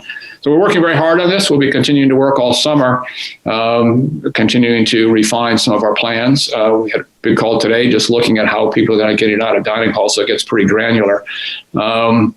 But it's all part of keeping our students safe, and it's all part of contributing to a safe town of Exeter as well. So I hope that sort of overview is helpful. I don't want to get too much into the fine details. I'd rather let your questions direct the conversation. But I will say, Karen, if I left out something important, please supplement, and then some conversation would be terrific. And thank you again very much for including us. We just can't say enough about how serious we are about keeping our community safe, our school, our adults, their families, but also the entire town of Exeter. So thank you. Thank you, Principal Rawson. If you would you comment on the feedback that you've received from families, students, and also faculty? And then one question I have is, what is the recourse if students are not taking the masking mandate seriously within the academy property and also in the community? Yeah, so Karen and I just finished a webinar with students and parents, and I was asked that question. I was very direct. We can all have a lapse. We pulled our mask down because we're eating, and then we forget to pull it up. We're not going to send a kid home for that. But if we have a student who simply doesn't want to comply, we're going to have that student go home and learn remotely. We don't have to kick the student out, so to speak. But I was very direct in saying we have a responsibility here. It's really a wonderful opportunity for students to understand what it means to be responsible for the welfare of others. When I put a mask on, it's how I express concern for everybody else. And when everybody else puts a mask on, they're caring for me. So there's a real opportunity for students to learn from this, but we're going to be quite serious. If we have a student who's not prepared to comply with what we think is necessary for the community to be safe, we'll have the student go home and learn remotely. I think the feedback from parents so far and students has been really good. We've had one family withdraw. We usually by this time we have more than one family withdraw. They've asked a lot of questions, and we are doing something called family choice. If a family is not comfortable being here, maybe they live in California and they don't want to use the plane. They have the choice to stay home for the fall term, and we will support them remotely, and we'll adjust the charge to a day student charge. So we're trying to give families some choice here. And we'll have international students who won't be able to get a visa in time and won't be able to get here, and we'll support them remotely. So we're going to have some people learning remotely regardless. And of course, anyone who goes into quarantine will be learning remotely.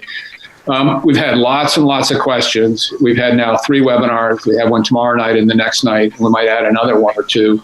But mostly there have been about how we do this, how we do that, not why did you do this? Why are you doing that? I think that by and large, they've been good questions. There may be students, a student athlete, for example, who's thinking, well, I was going to go there primarily to play a fall sport, and you're not going to have it. Maybe I should stay home. That's fine. We may have some of that.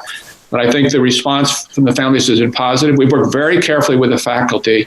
We have many, many work groups. Karen is overseeing a number of these. So Karen, you should talk about this. But the faculty are very much involved in helping make this a success. And they've had a lot of hard questions that have improved our thinking. But I think generally they're very much on board in helping us make this a successful term. Karen, I need to get you ready to the conversation here. What have I left out, or how would you add to that? Yeah, no, I would agree with that, Bill. And thanks to everyone. I'm Karen Lassie. I've lived and worked at the Academy for over 20 years and lived in Exeter for most of that time.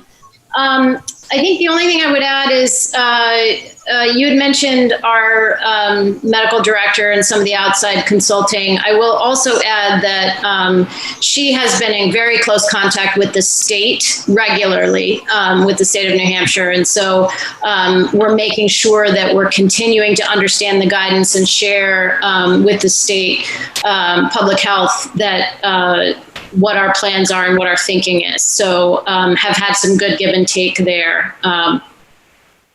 She was with Portsmouth Hospital before coming to the Academy, has a very good relationship with Exeter Hospital as well. And some of you probably, I know many of you do know that back in March, we entered into an agreement with Exeter Hospital that they would be able to use our health center if necessary. And happily, that never became necessary. So in May, they let that agreement lapse. But we have a good relationship with Exeter Hospital, and that's that's very important to us. Thank you. I'll open that up to the board. Any members of the board have any questions or comments for Principal Ross and Assistant Principal Lassie?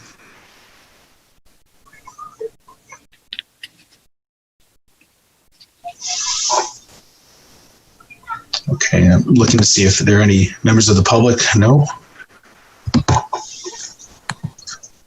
Well, thank you both very much for your time this evening and for presenting us your reopening plan. It sounds as if you've thought this through, and we're looking forward to having the students come back safely. I know the community has missed them, and they probably missed the community. So, and Principal Rawson, I'd like to continue our ongoing communication, and look forward to meeting you sometime outside when we can socially distance and talk. That'd be terrific. I'd love to come to another meeting, and when you're all in person also. So absolutely. Thank you for including us and inviting us. And the town does a lot to support the Academy, and we're very grateful, and we want to be good citizens. So anytime there's some feedback that we need to hear, please make sure we hear it. Absolutely. Thank you very much. All right. Thank you all. Okay. Bye-bye. Goodbye. Good night. Okay.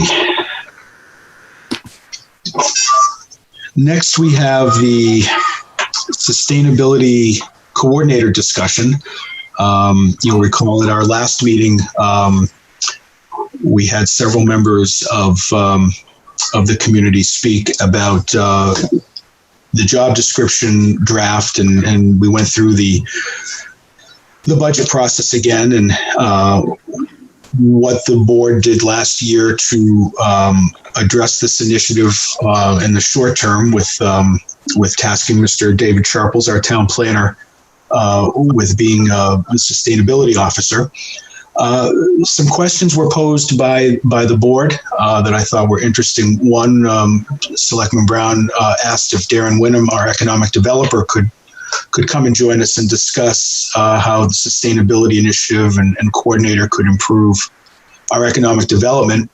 And we also wanted to hear from Mr. Sharples, town planner, who has been working with the Sustainability Committee since their inception last July. So before we do that, being the select board rep to the Sustainability Advisory Committee, I promised Chair Chetna Palmer that I would advertise that there are 2 open positions in the Sustainability Committee. They have a lot of work that they're planning that's going to happen very quickly, and we would love to have a full committee. So if you're interested in joining this great committee, please apply through Mr. Dean's office.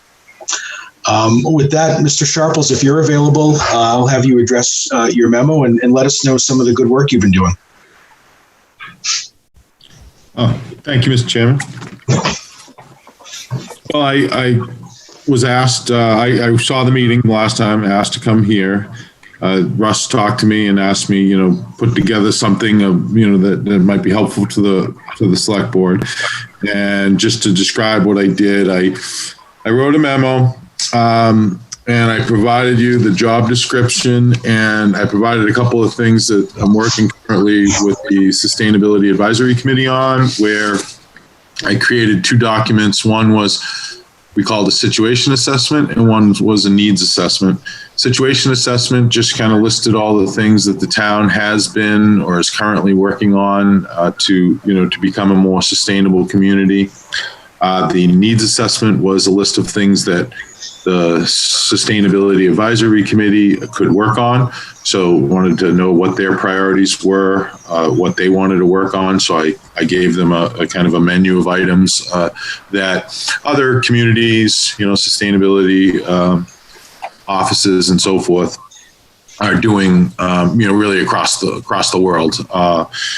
And also, I looked at the job description. Another component I got out of that meeting when I watched it, and you're asking is what my thoughts were on the job description. And I thought one way to go about that was to go down the essential duties and list each essential duty and list what I've been doing to meet that essential duty, and kind of gives me a sense of how the job description is.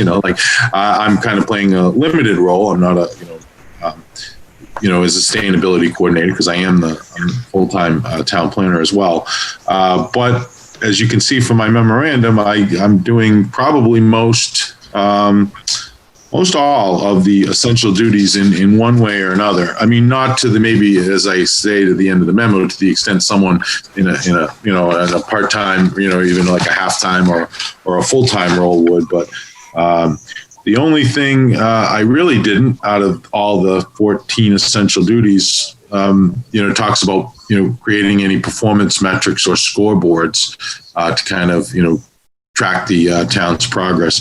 That's not something I have done at this point, but the other 13 I've definitely worked on. So I found the job description, if that was some of the input, like I thought someone asked what I thought of it and how it fits in, and I find it very relevant and seems to follow closely with the tasks I'm doing that I list in my memo. Is that a good explanation, or I'll be happy to have any more answer. I thought that was a thorough explanation, but I'll open it up to the board if there are any questions specific to you. And while I do that, I want to look to see if there are any hands up in the public. No. Yeah, so Dave, thanks for that. So as far as my question last week, I guess I should stop talking about Darren in the third person. He's here now, but thinking about initiatives where the town can have either a raised economic development position, like we look better to some outside company, or even doing potential business with a company that can help lower costs. Is that the kind of single point of contact that the role you're standing in would provide? Or is it still a thing where the sustainability committee would seek out those kinds of things, like say, composting, or trying to think of other examples that might span across departments that would help cut costs for the entire tax, cut town costs overall. I guess does that seem like something that would fall within your purview, or something that would start from the sustainability committee and they would bring it to you to run?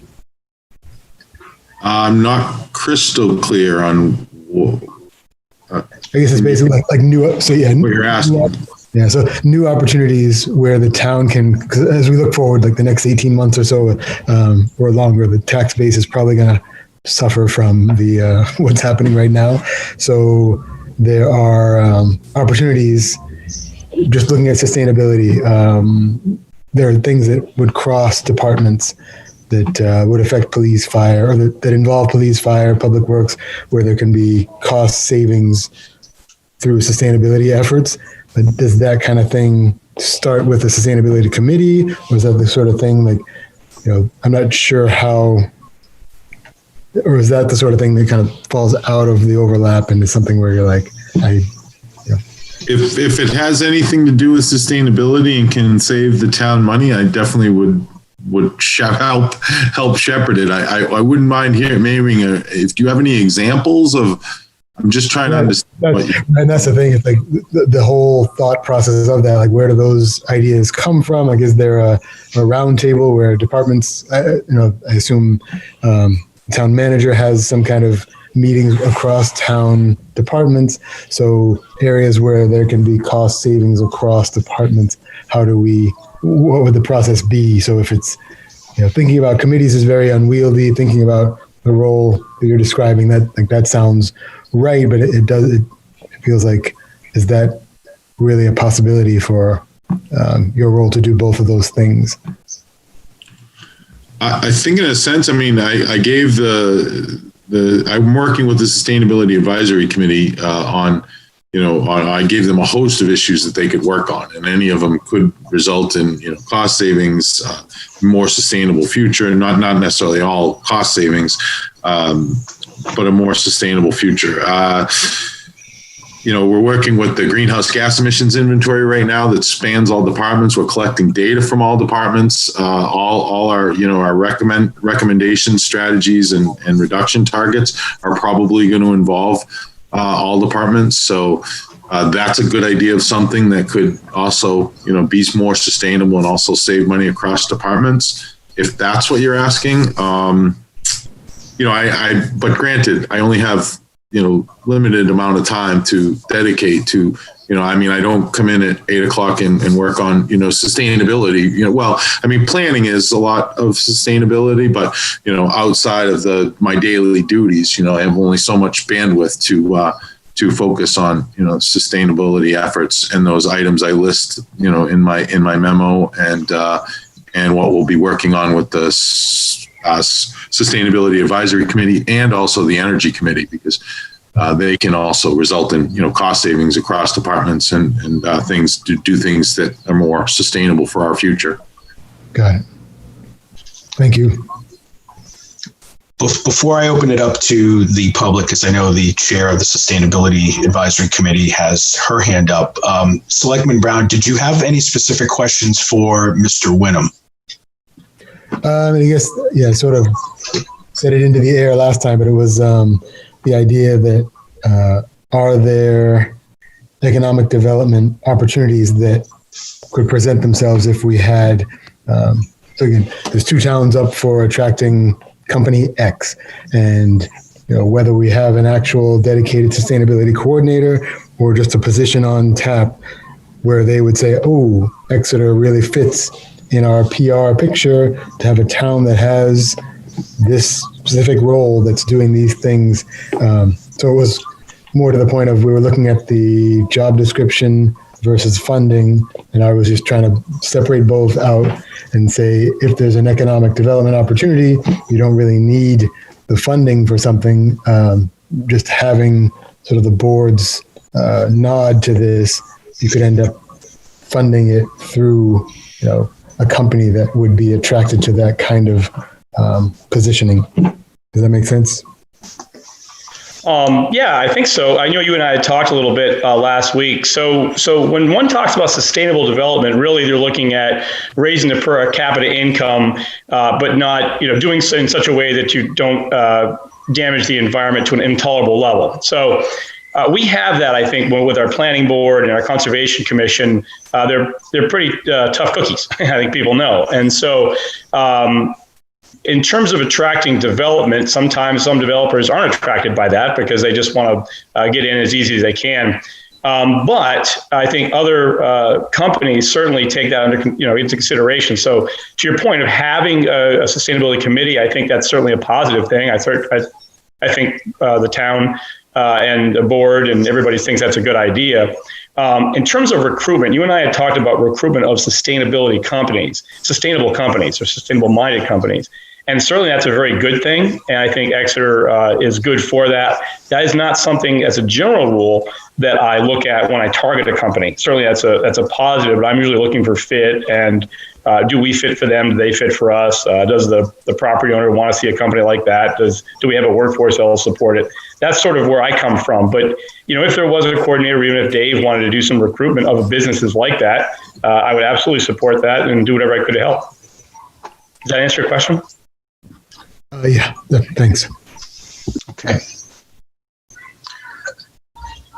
Chetna, thank you for your patience. We have the chair of the Sustainability Advisory Committee on. Hi, thank you, Nico, for the opportunity to chip in here. I just wanted to sort of clarify. Obviously, I wasn't aware of the discussions that were had at the last meeting of the select board with regards to the job description and the situation. On the back of what Dave Sharper was saying in terms of the documentation that he has provided to us, the committee, I would, as much as I would see the needs sort of assessment or the needs potential for what the town could do in terms of sustainability projects, a lot of it is not something that we as a committee, an advisory position committee, can do as such, because a lot of it comes under department roles, I would say. And I think all along, even prior to the advisory committee being formed, it was really important for the understanding to be there that sustainability comes under a huge, broad umbrella, and with the coordinator position that was being suggested in terms of having somebody in place to be the resource for the town where the departments could go to or say, okay, we're doing this project, what are alternatives which are sustainable, and for that coordinator to be the resource person to do the research, to provide the information, and to say, to the department maybe that, if you're doing this project, there might be grants available, let's dig into the grants and let's see if we can get some grants or other resources available to you. So that was, that is what a sustainable coordinator would be doing, is to enhance to help the departments and to enhance their work plan and their work projects. We are a volunteer group overall, and again, from the prior to the committee being formed, and all the research that was done by the advocacy group and putting the presentation together, the proposal was that the most effective and most progressive way forward, and we are, the climate crisis hasn't disappeared just because the COVID pandemic is here; it's still happening, you need sustainable sort of best practices to be implemented and to go forward. And the best way is to have a dedicated person. And in our research, we did show that, a committee, does take time. It is a slow process, and we don't have time. We are literally, overall running out of time. And for us to be in a situation where we are probably,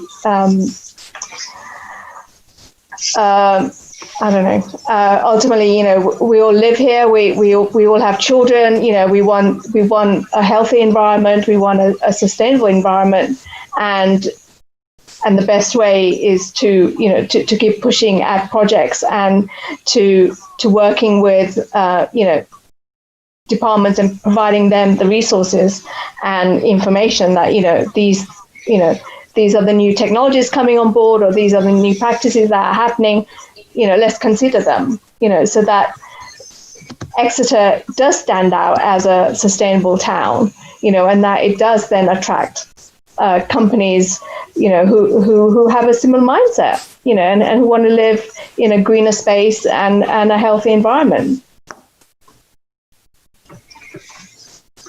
Thank you, Chetna. Thank you.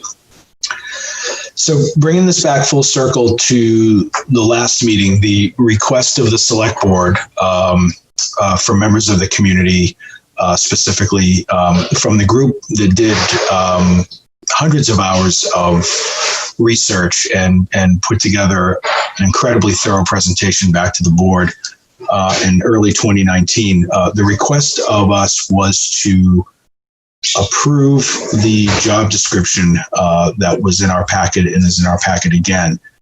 The conversation was basically the process of how job descriptions are typically considered. And the usual process is that it's vetted by the Budget Recommendations Committee, it's vetted by the Select Board, the town manager.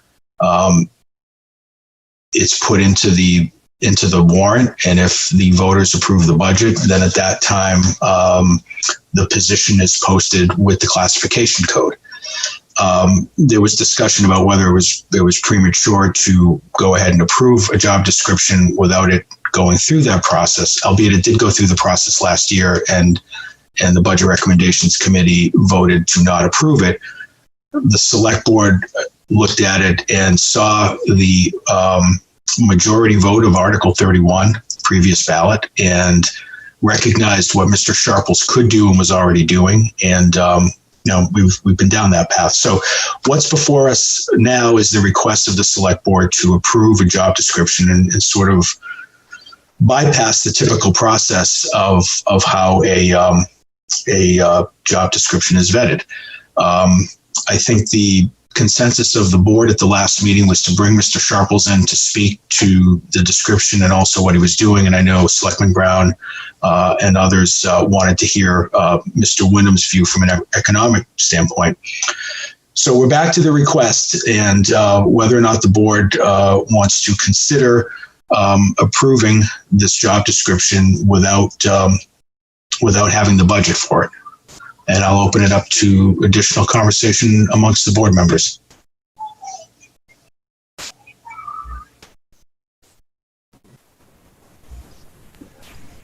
I'm wondering, just calendar-wise, does it make sense to just go through the process that was begun last year and send it through the BRC again? Because either way, we're in July, we're looking at August. So should we consider running this through as as it was before? So I'd put that forward as well. I mean, my preference, Selectman Brown, is to have it go through the typical process. And I don't see any reason not to.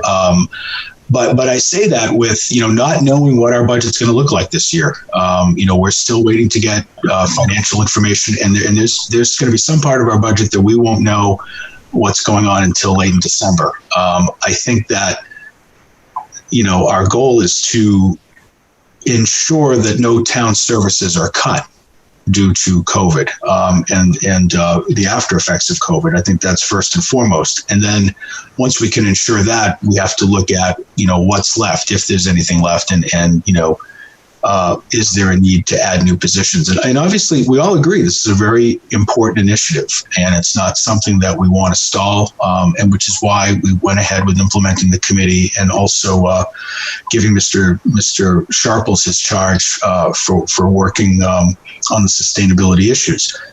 Yeah. So I would agree with you. My preference would be to let it go through the typical process, but a request has been made of the board, and I'd like to at least all of us discuss it and make a decision together.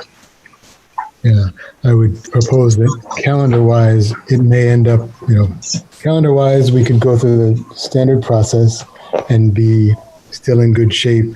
The place that I, the green intentions behind sustainability go without saying, but looking at Dave Sharple's achievements so far, it's like, okay, this is a responsibility that he's done extremely well at and has had cost savings on a part-time basis. So it's like, well, if we dedicate more resources in this area, we'll probably have a greater cost saving. And again, I'm sorry to harp on the economic piece of this, but the place I'm going is, if there's any ways for the town to spend $40,000 and save $100,000 within a calendar year, and then more the next year, it's like, that's good stuff. Because I just continue to focus on our tax base, our costs into the future. And again, I don't mean to make light of any of the greenness of sustainability. That's the core importance.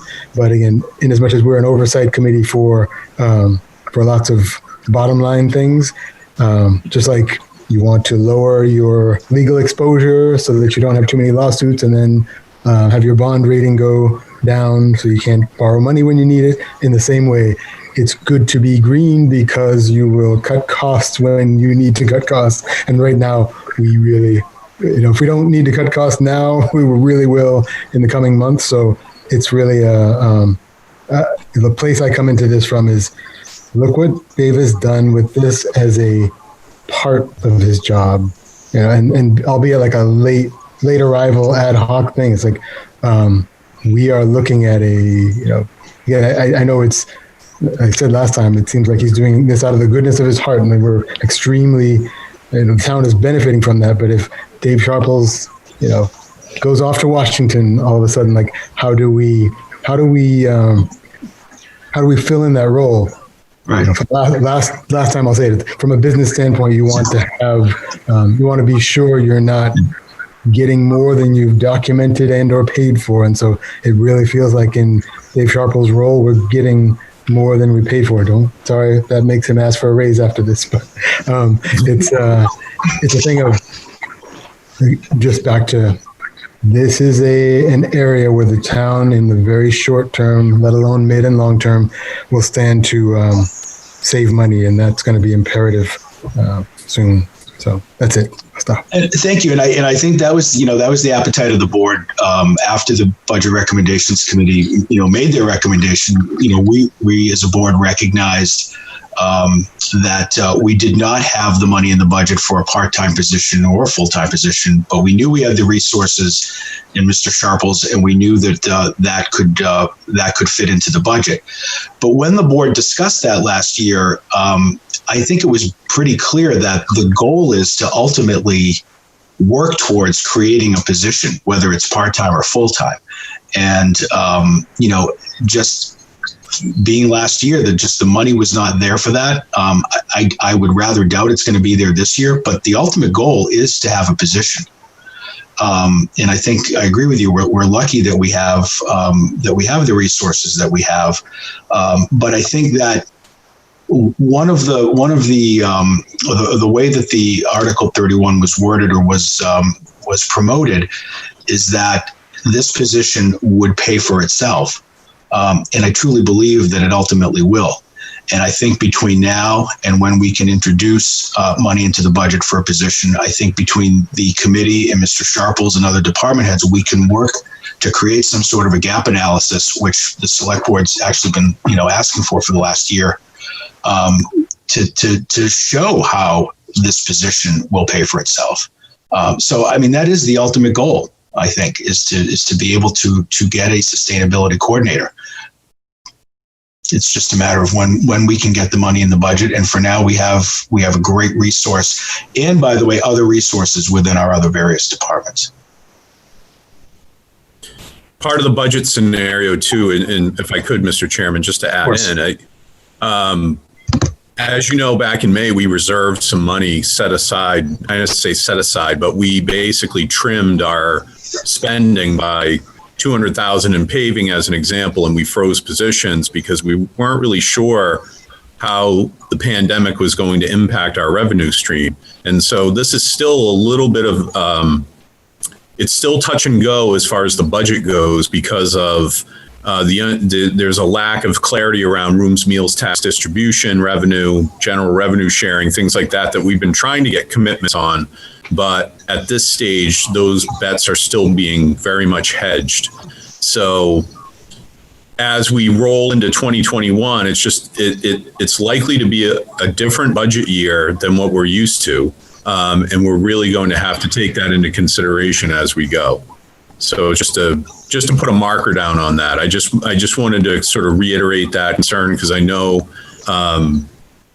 several months ago, we were in the throes of a much different situation. We were in CIP mode. We had lots happening that way. And now we're in more of a pause mode, I would say, and sort of a go through mode, but we've got a plan ahead as well. So it's just a little bit of lack of clarity that we're experiencing. Okay. Selectwoman Cowan, I'd like to hear what you have to say about this. You had your hand up. Yeah, sorry. Julie, did you have your hand up too? No, okay. I don't want to leapfrog, but I'll try to be brief. I know that this is an area that is really important to a lot of folks in town. So I am in favor of adopting a position when it makes sense. I want to go through the channels, the normal channels. I also think something that is missing from our discussion is hearing from the other department heads, like DPW, like Parks and Rec, like all of those other departments where sustainability is a thread. It might not be the main component, but I'm interested in knowing what other departments are doing, fire, police, all of them. And I want to have a discussion before the budget recommendation process begins so that we can see and really focus on what we need. I know that there is a gap analysis grant that we got that Dave is working on. And I'm really interested to see what that is going to show us before we adopt specifics that we're sort of tied to, while also recognizing that this is an incredible amount of work that has gone into this job description, that has gone into making sure that we are being sustainable as a town, and digging in so that we are having a chance to actually talk about our needs that are not being met as it pertains to the whole town. Because I think Daryl's right. I think Darren is right. I think that this is a component of economic development. I think what was passed by voters in the town is something that was going to be paid for. And I know that component was missing when we were having the BRC discussions last time. So I want to set us up for success here by hearing all of this different sustainability efforts that are happening in town with all of the different departments, so that we really know what we need to focus on and what is needed, what can be improved upon, where can we, if there's any money, where can we spend it to be really effective. I agree. I brought back discussion to the board from the public. Robin, I may have missed your hand, so I'm gonna ask you to come forward with your comments, however brief they may be, and same Chetna, and then we need to bring this back to the board for a determination. But Robin, go ahead, because I think I missed your hand the first time.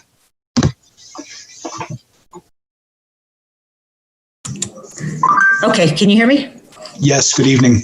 Okay, so I appreciate everything I've heard so far. I don't think I necessarily disagree with anything I heard from Darren or Dave or Molly or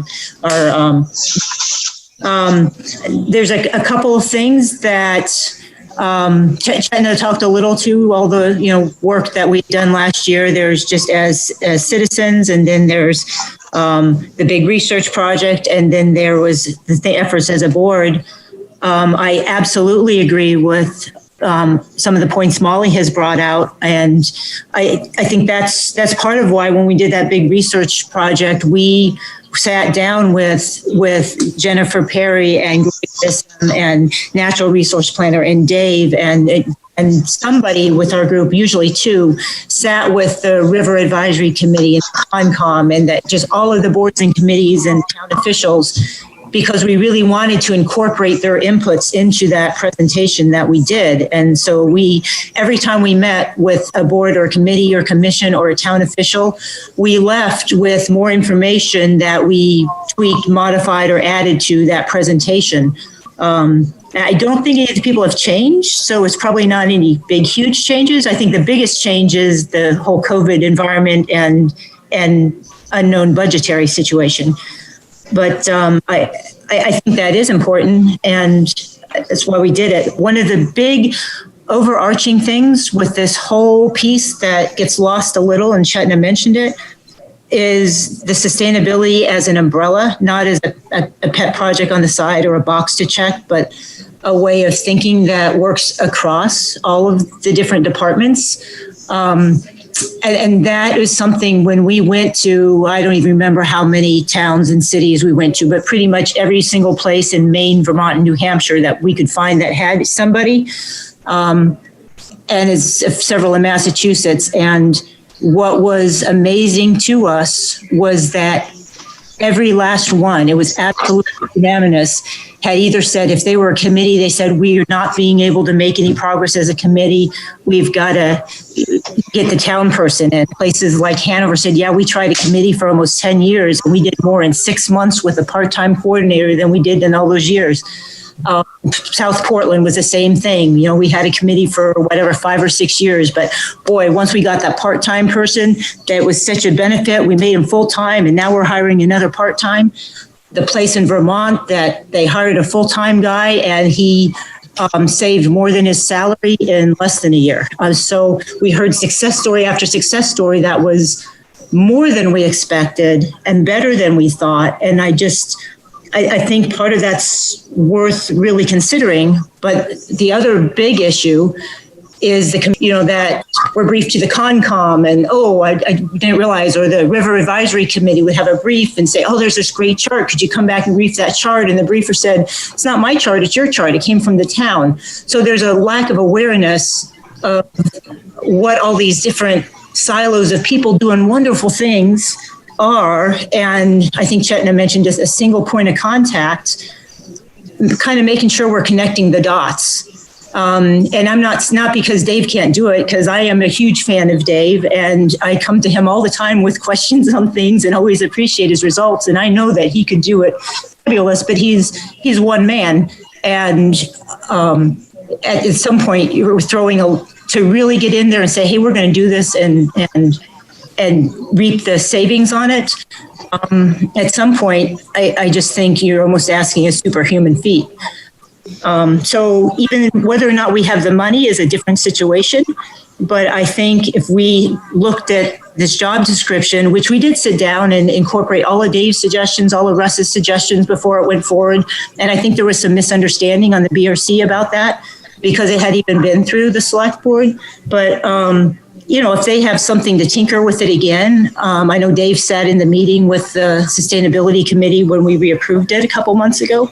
So I appreciate what Daryl and Molly are saying, and I think you're kind of already well on that path, to get through, whether or not it's funded, but to have it so you don't have to do all the rework of that went into creating it and all the coordination across town and that went into developing that position. I'm sorry, I'll stop. No, thank you. And I'm comforted that we're all saying the same thing, just kind of with different words, and we all want this to succeed. And we all agree that the best way ultimately is with this position. It's just a matter of the budget. And it's not really the wording of the job description. It's a budgetary issue right now. And that's a problem. But the good thing is that, we're all saying things differently, but we're saying the same thing, and that we feel that this is important. We want it to succeed, and it will. And ultimately we'll get a coordinator when the budget is there for it. I don't think anyone's asked to redo the job description. In fact, I don't think the job description was really a problem. The BRC was looking at the budget. So I think we're well on our way towards accomplishing our initiative. And I appreciate your thoughts tonight, Robin. And Chetna, I know you have your hand up. We'll welcome you back. Okay, thank you. Just a quick input here with regards to what Molly was saying with wanting to see the department's reaction or what they're doing already with regards to sustainability. And at our meeting last week, when the document that Dave was talking about with the needs assessment and where we are already was presented, one of the things that, having gone through that document, it involves different departments within the town, and as a committee, we suggested that Julie LaBranche from the Rockingham Planning Commission, that she share that document with the department heads so that they can look at it and then they can fill in, if they're doing something already under a certain heading, then they can fill it in so that, or if there's something that they, like on their wish list.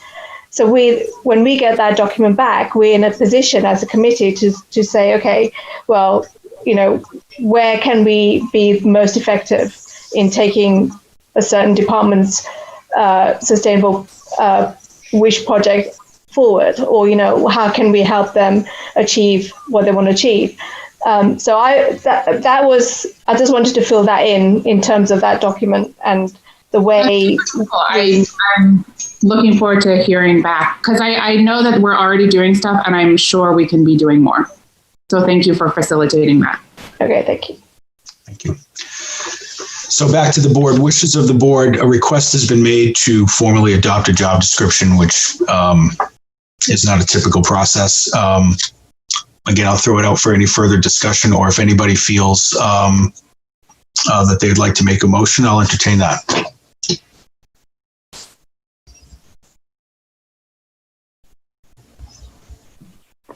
And just for clarification, the timeline for things going before the BRC is August, September, when everything is lining up for. So yeah, Mr. Dean's working on the budget now. The BRC typically meets the last week of July, first week in August, just as an introductory. Mr. Dean finalizes the budget draft by late September. And at that point, from late September through the end of November, the Budget Recommendations Committee works literally hundreds of hours a week collectively to vet our budget. Is there anything that needs to be done for all the SAC's work to be just rolled over into this budget season? So, Mr. Dean, do you foresee resubmitting monies for a position, whether it be part-time or full-time, or what are your thoughts on how you are preparing the budget right now? Yeah, I mean, if that's, I'm listening to the conversation and trying to get a sense from the board tonight. The way it was done last year is we put some funds together and put it forward into the process. So I would envision it probably would be the same again this year to do it that way if there was support for moving this ahead. Well, let's take a slightly different tact, perhaps. I'd like to hear what the board thinks. Last year, that's exactly what you did. You appropriated money for sustainability, and the job description was finalized in early October and presented to the subcommittee shortly thereafter, and the BRC deliberated over this the third Friday of that month. If we took a different tack, instead of just allocating monies, making it more specific to a position. I know we're kind of freezing hiring right now. Yeah. So I don't know how we can reconcile that, but certainly I think if the money is put into the draft budget specifically for a position, the BRC may have an easier time trying to decipher what they're trying to approve. Mm-hmm. Or rather, miswording. They're going to go at it in a different way and looking at it as a job rather than money allocated for this. Either way, it will be a new expense above and beyond the base budget. Right. Comments or other ideas from the board? Yes. I know that everybody keeps saying this is not the way we do things, but I don't see there being a problem with it going through this way. Having the board actually approve a job description, because eventually the board has to do it. We're just doing it kind of in public. Personnel matters, or most of them are usually done in non-public, depending on what the matter is. But so I have no problem doing this now here, approving this job description. It might change because of the budget. We don't know what this pandemic has done to us financially. And the last call I heard from the federal government is that no matter what Congress wants to do, municipalities are not going to get any funding other than what's already been given to us. So I don't have a lot of hopes for having a lot of revenue. But to put this in here for the discussion and, try to budget it is fine, because then there'll be a reason to discuss how important is it on the chain of things that we need to get accomplished. And I don't want to discount it at all as saying, well, we need a fireman before we start talking about saving energy or, reducing carbon emissions. But that may be a discussion. But to have a job description in order to have the vocabulary, I think would be a good thing. But I'm confused, Selectman Gilman. Last meeting, didn't you second my motion to that effect for the purpose of discussion, but then oppose it? So are you now for approving the job description by itself? Yeah, I had a couple weeks, right? All right, just to be clear. Good. Okay. I get worried about if we're approving this job description and then it turns out that we're not in a financial place to approve this job or fund this job, then what happens to it? So I don't want to be saying, if we're not fulfilling these things that are set out in this job description, then we don't have the money, we don't have the resources, so we're going to put it aside. And I worry that is going to leave sustainability off of the discussion rather than having it be a bigger part of the discussion if there are other ways that we can be talking about sustainability with department heads, with, in a sort of creative way that we did with the money for Dave, and adding that to his role. That was my opposition to passing the job description as it was last meeting. So it is not that I am opposed to this job description. It's not that I don't think that this is a worthy goal to move towards. I worry if we are passing this and we just say, yep, this is the job description, this is what we want, and the BRC then says, no, we're not going to, there's no way to fund it. Or Rustine says, because of our revenue and the shortfall that we're going to face because of, the COVID situation, that this then gets put on the back burner again. So I would be in favor if we pass this as a concept with the understanding that it's still going to be a discussion, even if we can't fill and fund the position. And I think there's precedent for that, and I agree with you, Selectwoman Cowan. And that's, but I think that, like any other job description, right? I mean, we've had departments come forward with a request for adding personnel 1 year, and the BRC doesn't recommend it, and the select board doesn't recommend it, and then they come back the following year. So I would envision that, because I share your concern, but I would envision this, that if the position is approved, it's put into the draft budget, and it's not recommended, I don't think as a board we'll allow it to fall by the wayside. I think like with the fire department, I mean, they come back the next year and try for the position again. So, I mean, I would most certainly work towards making sure that happens. And in the meantime, identifying whether we have additional resources, however small they may be, much like we did last year, to give Mr. Sharples to put towards another intern perhaps, or other grants, or just giving him a little bit more money to continue and take that next step. So, I feel like as a board and as a community, we're not going to let this go. But I also think that there's, it's not like Dave's great, but Dave's not the only person who knows about sustainability. There's people at DPW who do this too. So like, if we're not passing the job, if we're not funding the job description, I don't want to be stuck on the job instead of the sustainability efforts are going to go forward in these different departments. Agreed. Absolutely.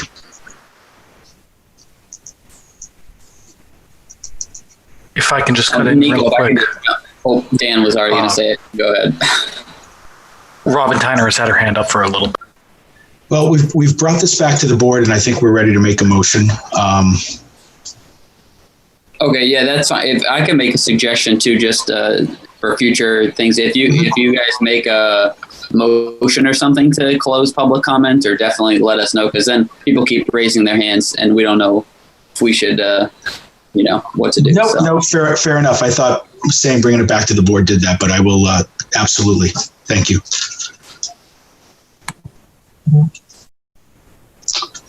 So should I make the motion same as last time? If you'd wait for just a second, I had my hand up, Mr. Chair. Oh, I'm sorry.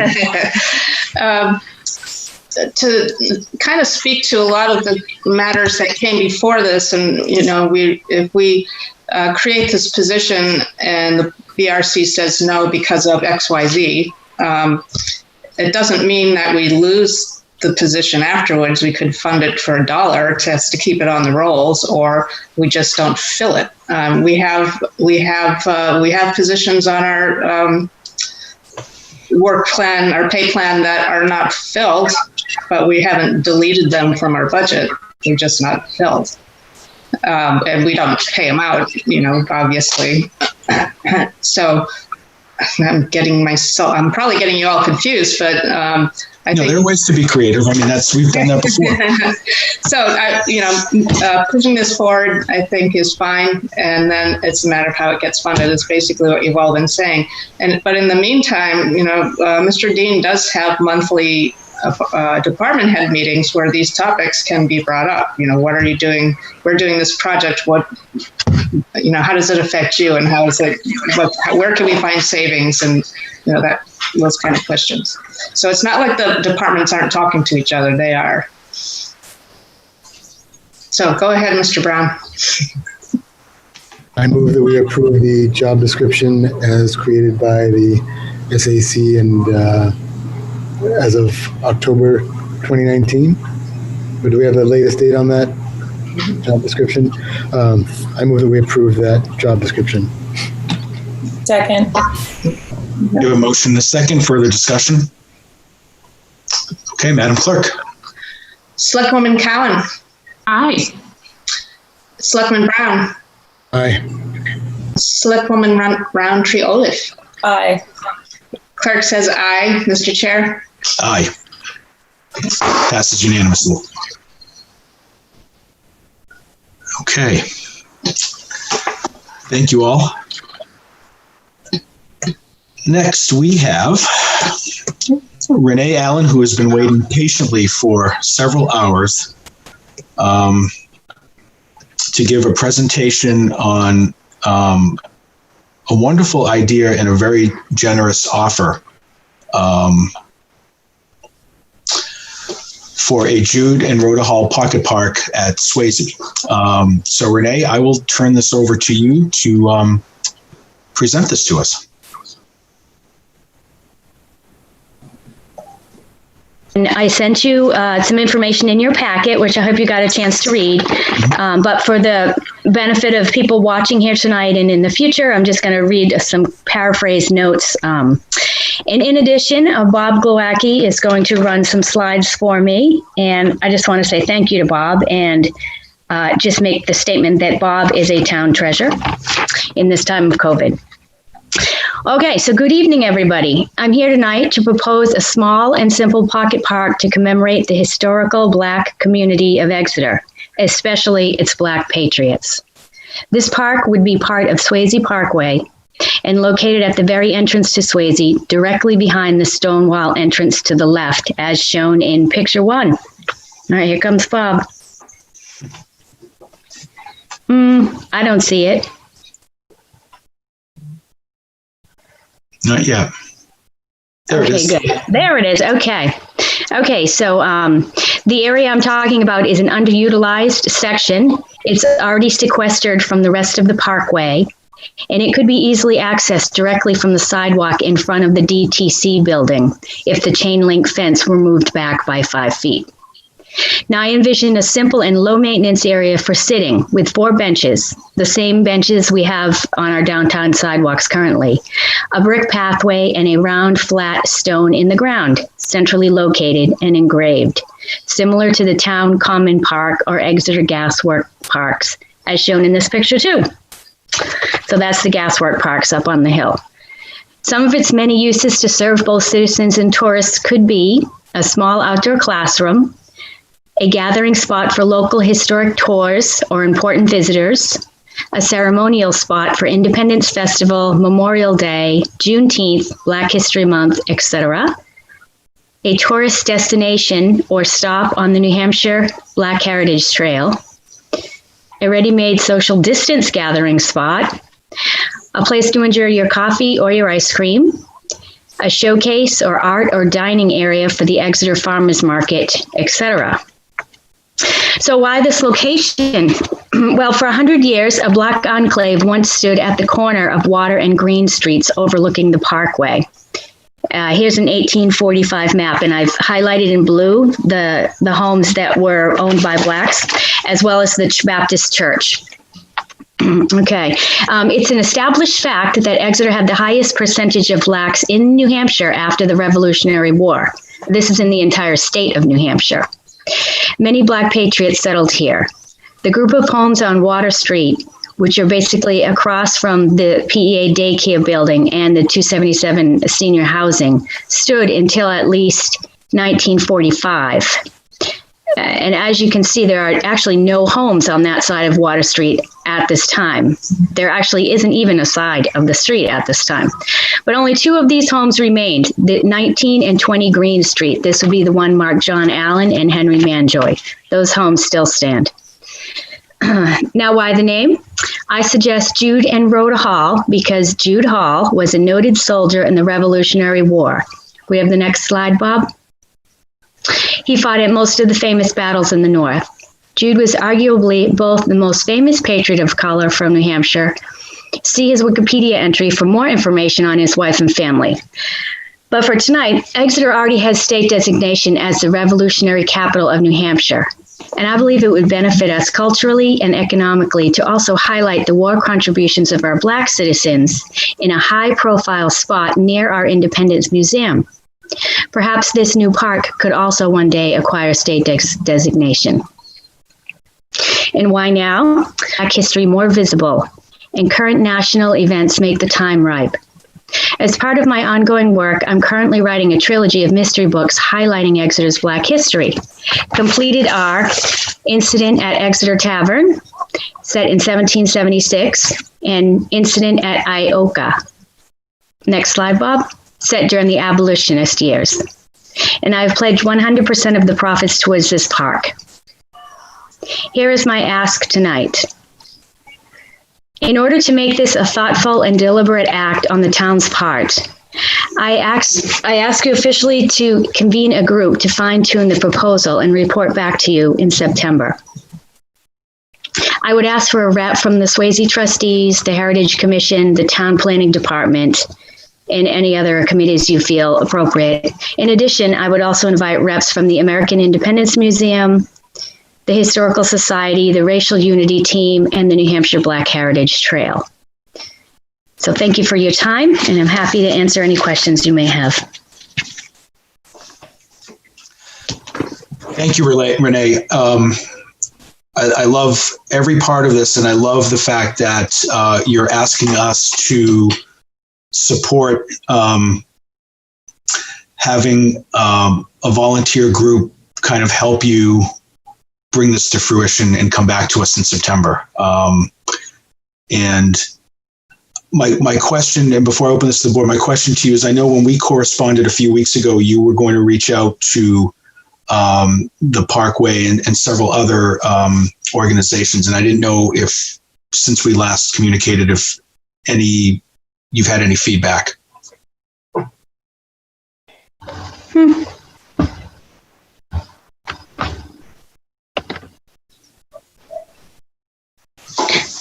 I'm back. I seem to go away. No, I see you. I think she missed what you said, Nico. Yeah, Did you hear my? No, I didn't. I totally turned off and then turned back on. Oh, okay. You missed everything? Yes. She was frozen standing up. But I told you that I love every part of this, and I'm really happy that you're asking us to support putting together a group of people to help you refine this however they see, or giving you some additional feedback to bring back to the board in September. When we last communicated, you were going to reach out to I think the trustees and some of the other commissions and organizations, and I didn't know if you'd received any additional feedback since we last communicated. The additional feedback I received was that Dave Short of the trustees was very happy to support this. And also I have had some indication that the Black Heritage Trail of New Hampshire would be very, very happy for us to have this, and they would consider putting a marker of their trail on this spot. Okay. So you're looking, are you looking for a volunteer from the board to help you coordinate putting together this group to kind of look at the project and put the final touches on it? Sure, if you want to do that. I'm very open. It's just an idea that I have, and I'm not quite sure how to bring it to fruition, and I want a lot of people to be involved so that it's a townwide act. Okay, sure. So I'll ask if there are any volunteers, anybody on the board, one member that would like to volunteer to help Renee? I'd be happy to. Okay. Thank you. Thank you, Daryl.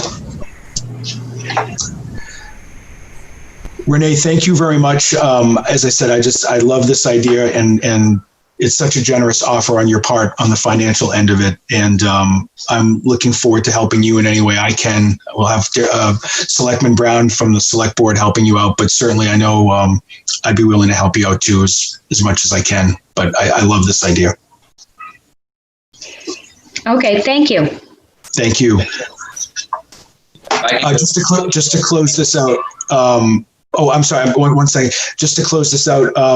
Renee, could you send your contact information to Selectman Brown, and then that way we can start the communication. Great. Mm-hmm. Bob, I'm sorry.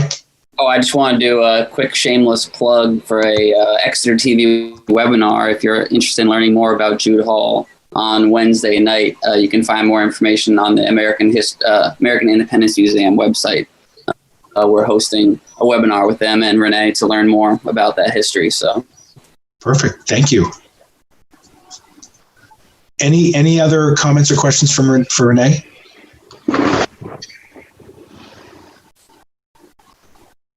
Great. Thank you, Renee. I'll look forward to seeing you again in September with the final touches. Okay. Thank you all. Thank you. Thank you. Okay. Moving forward, our last discussion agenda item is our COVID-19 update. Chief Wilking, you've been quiet all night. We haven't given you an opportunity to speak, so we'll lead off with you. Well, thank you so much, Mr. Chair and Board. And just want to chime in. I think a lot of good has been done, and I can't speak highly enough of Mr. Murray and his ability. He surprises me every day with the level of dedication and detail that what he brings. And I know I spoke to Mr. Dean this afternoon, and I thank you all for your unanimous support of his appointment for 3 more years. He's been invaluable to not only us at the fire department and fire EMS, but the town of Exeter. So thank you so much. Look forward to working with James. From a COVID update, the fire department has seen over the last 60 days a return, I'd like to say, to normalcy for run volume. I reported to Mr. Dean a couple of weeks ago that our revenue is tracking back to where it was pre-COVID. We've got a heck of a hole to fill for the 3 or 4 months that we responded prior, but we're getting things back to normal. The numbers, if you follow the news as I do, continue to steadily kind of settled down to some numbers that are very nice, but it's not without a lot of hard work and dedication and commitment. Your commitment to reinforce the mask wearing and the town's commitment to continue to do that, I think, has paid dividends. Unfortunately, we had 3 positive tests in the past 2 weeks, but on a positive side, those are the only 3 people we're continuing to track in the town of Exeter.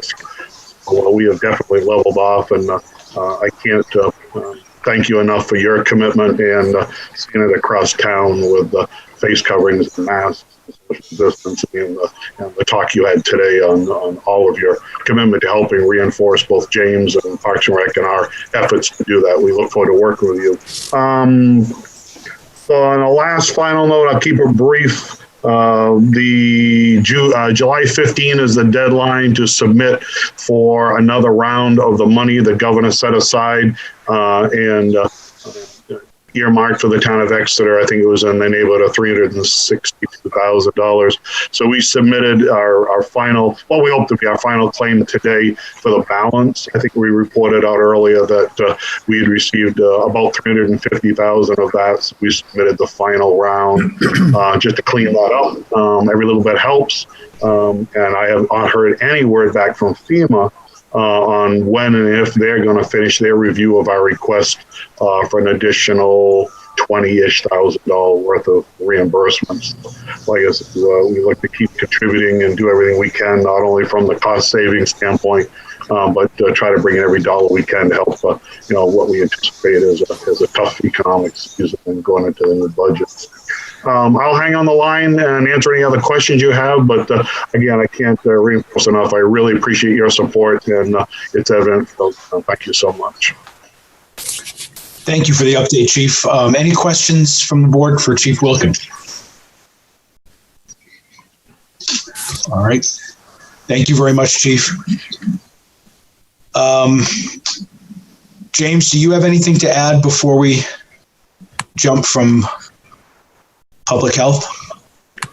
Just an update on the farmers market moving back to Swayze. I just want to report out that it went very well. There were some initial traffic flow issues, but we got those corrected. I think the market overall went very well on Thursday. Great. Thank you. Great job. Mr. Wynnum? Oh, I'm sorry. Darren. Selectwoman Gilman, I didn't see your hand. I'm sorry. Yeah, I just wanted, I wanted to go back to the community spread idea that Chief Wilkin mentioned, and I really appreciate the work that the town itself and the residents have been doing. When Chief talked about some positive cases, I guess I need to say this because it's very personal to me about community spread. Back in February, the Rockingham County Nursing Center was shut down to visitors, and my mom lives there.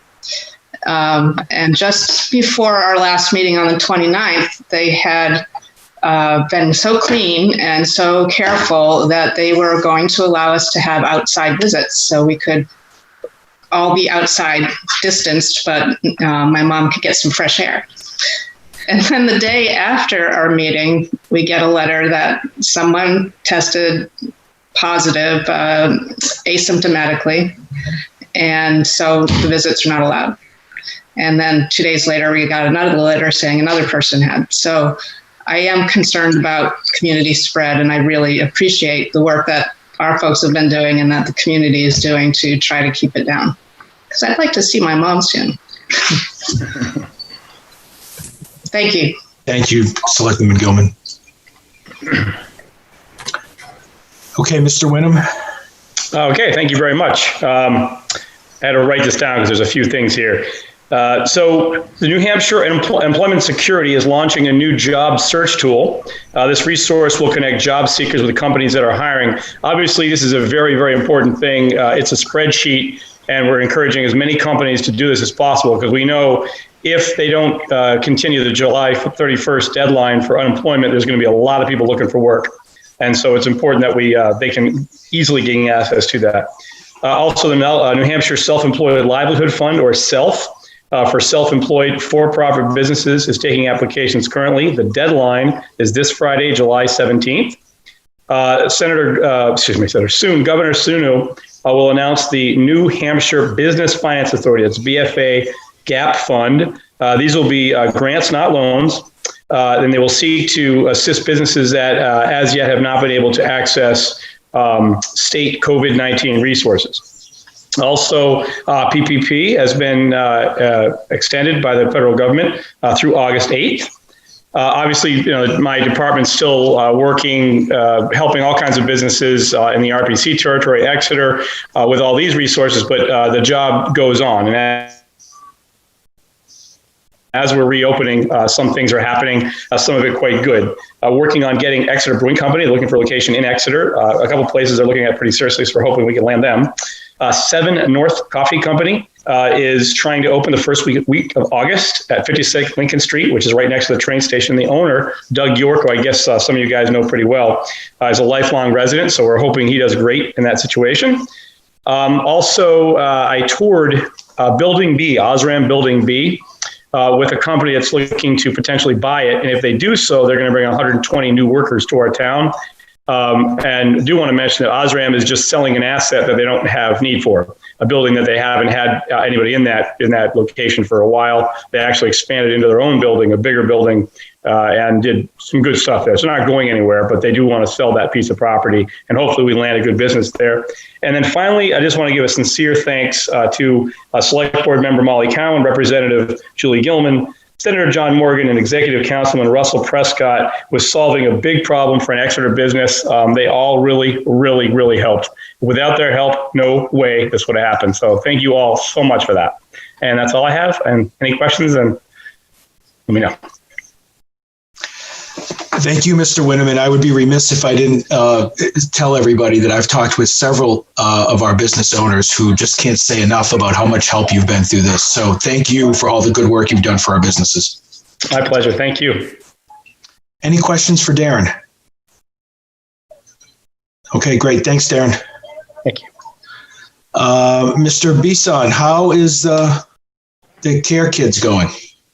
Care Kids is going great, actually. We have still 28. We have opened it up a little bit. We're actually are happy to announce that we received a grant from the state of New Hampshire for emergency childcare. So we can actually claim up to $11,000 this summer.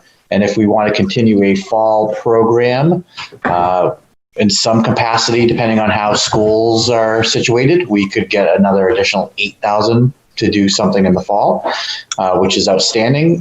We also got a healthy supply of cleaning supplies from them. But the nice thing this grant allows us to is we hired additional staff because it is a very difficult, challenging summer. So we are training them this week, and we're looking forward to a smooth summer. We had to start on a very hot week, and without the pool, we dealt with some sprinklers, and we had a good time. Good. And then I just want to give an update. If anyone is interested, our movies are selling out. Julie was at our last movie, even though it poured at the end. We still got the full National Treasure in. It's been a huge success. I think people are really enjoying it, and more people are showing up for our drive-in concerts as well. Last Thursday, we had about 78 to 100 people, depending on what cars and who people are coming and going. And I think you'll see more and more people show up as the evenings get cooler. Right now, it's a difficult situation where it's very hot in that parking lot because the sun is beating right down on it. But it's been a great success. I think people are very happy. And any Exeter businesses that might be interested, please reach out to us for our movie nights. We are looking for anyone that's able to do meal deals, and we'd love to partner with you. Excellent. Thank you so much to you and Melissa and Dave for all that you've done. It's been a busy summer for you so far, and we're only halfway through. We'll be ready for whatever anyone needs. And we did partner with the American Independence Museum for the National Night Out, National Treasure, I should say. So it was a little homage to their canceled festival that would have happened on Saturday. Perfect. Thank you. Any questions for Greg? All right, Greg, I know you've got something for us later, so you'll hang around. Mr. Dean. Yeah, so my big report tonight would be on the town offices reopening. And so far, so good. I think that generally speaking, people are being very respectful of what we're asking for within the building, which is wearing your mask, using the hand sanitizer. We are making masks available to people, and I think people are glad to have the offices back open again. We do have signage around the building. We are looking for people to make appointments whenever possible, also still utilize the online services as well. So we would ask that continue. And we also did a little bit of a video to introduce the reopening back up to people. And Bob Glowacki did a really nice job with that. I was able to put together a few-minute video to help explain some of the things that we were looking for people to do in the building. So overall, that's been going very well. Any questions from the board members about that? Mr. Dean, I saw your video on Channel 22, and I have to admit it was award-winning. You did a very good job. I'm happy to hear that the reopening has gone smoothly. As you know, I came in early in the afternoon on Monday, July 6th, and I was happy to see both a steady stream of people coming in to utilize staff, but also everybody was being incredibly respectful of people's space. Everybody was keeping 6 feet apart. Everybody was masked. I saw several people coming in and immediately using hand sanitizer. And both the first and second floor of the town offices have just an abundance of signage and hand sanitizer. You and the staff did a remarkable job opening offices back up to the public. Thank you very much. Thank you. And I had a lot of help within this building. A lot of good people worked on it. So appreciate their help as well.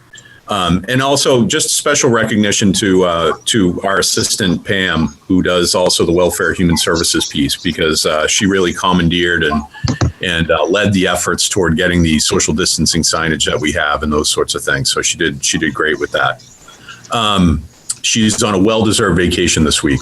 So the other thing I wanted to note is the Downeaster is increasing service on July 20th. So they are actually doing 4 round trips for both weekday and weekends. So there's more to come on that, but just to note for the board that the Downeaster is reopening. And we have had a couple of questions about our dog licensing and civil forfeiture process. And just to let the board know, I did check in with many other communities, and the dog warrant itself is a shall. It's not an optional thing. The town has to have the board approve that dog warrant every year. So we are trying to explain the best we can to people that the capability to register your dog was available and that sort of thing. But we have had a couple of pieces of feedback on that in the last couple of days. So I think that's all I had on COVID-19 for now. I mean, obviously the big issues we discussed earlier about events and trying to look at those things in context. So that was the report from me on that. Thank you. Any questions of Mr. Dean? Okay, before we move into regular business, I want to circle back to the last meeting when we had Selectwoman Cowan and Selectman Brown volunteer to start implementing the police task force. And I would just like to advertise that to the public that we are looking forward to your applications, and you can fill in an application online and submit to Mr. Dean's office. And Selectwoman Cowan, I'll turn it over to you if you want to give a quick plug or give us an update. Yeah, there's no real update other than we are not sure how many positions we're going to fill. You know, I know that the newspaper article had a sense of a number, but we're not wedded to that. I think what we're going to do is we're going to see who applies, what kind of people apply. I know that we've had a lot of interest and people are reaching out to the chief on their own. But yes, the applications are up and ready. I will meet with Selectman Brown and the chief and probably coordinate when to kick this off and get it going. but it will be soon. Fantastic. Thank you very much. Okay, moving into regular business, we do not have any tax abatements or credits or exemptions this evening. However, Mr. Bisson has a couple of requests of us. So, Greg, I'll turn it back over to you. Thank you, Mr. Chair. The first thing you'll see in your packet is, I think, the more pressing issue. Brickyard Park, these warm temperatures and lack of rain stresses our turf tremendously, and compounded with the poor drainage, when we have a heavy rain, it just sits there. So Brickyard Park has been infested with a turf disease, stressing it out, killing some of the grass. So those people that think that watering their lawn sometimes can actually get it to grow back. So before it continues to spread, I think one of the things that we need to do is take some actions to improve the drainage, as well as overseeding it and top dressing it to revitalize it and close down that park for use for the next 6 to 8 weeks until we can actually get some grass growing back on there. And that was for $6,300. And our turf company, Organic First, would be the one doing the work. Okay. And just so I'm clear, it's $6,350? That's correct. Yep. Okay. So I would entertain a motion to allow the Parks and Recreation Department to expend $6,350 out of the Parks and Improvement Fund to contract Organic First for emergency repair disease remediation for Brickyard Park. So moved. Second. Okay, we have a motion and a second. Any further discussion? Yeah, I'd like to ask a question. In your memo, Mr. Bisson, you talked about the underlying material being clay because, it is a brickyard. So when we do this new turfing, is anything going to be done for better drainage, like adding some layer over the clay to let the water get out? Yes, that's what the top dressing is, a loam sand mix to help it drain better. The deep tine aeration is actually going to help it breathe more.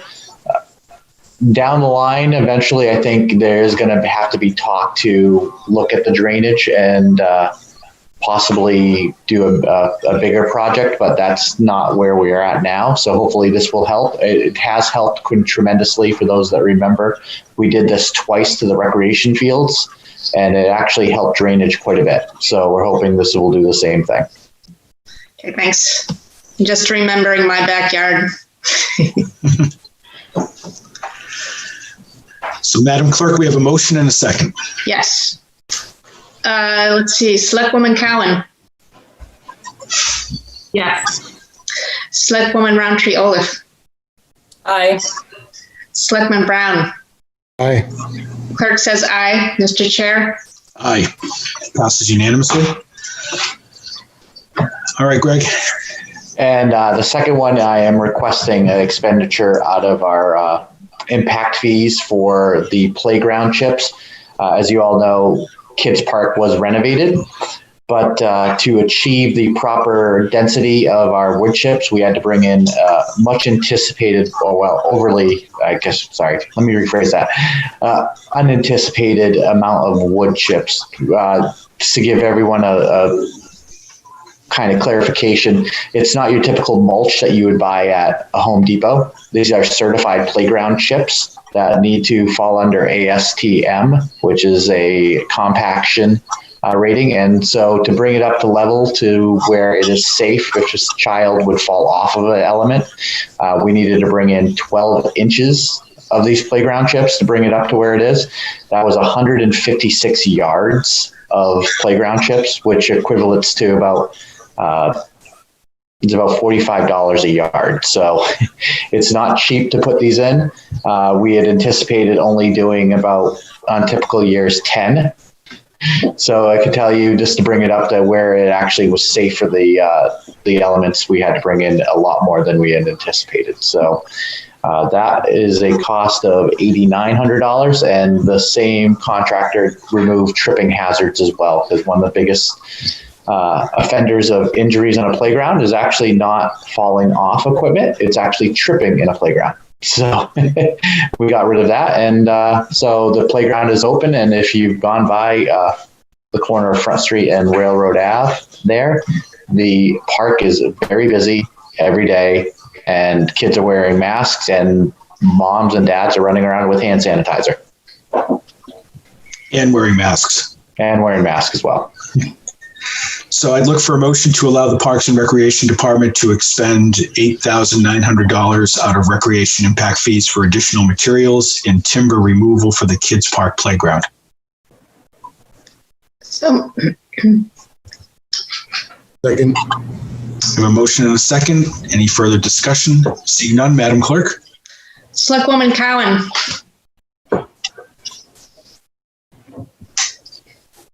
Selectwoman Cowan. Yes. Selectwoman Roundtree Olaf. Aye. Selectman Brown. Aye. Lost you on there.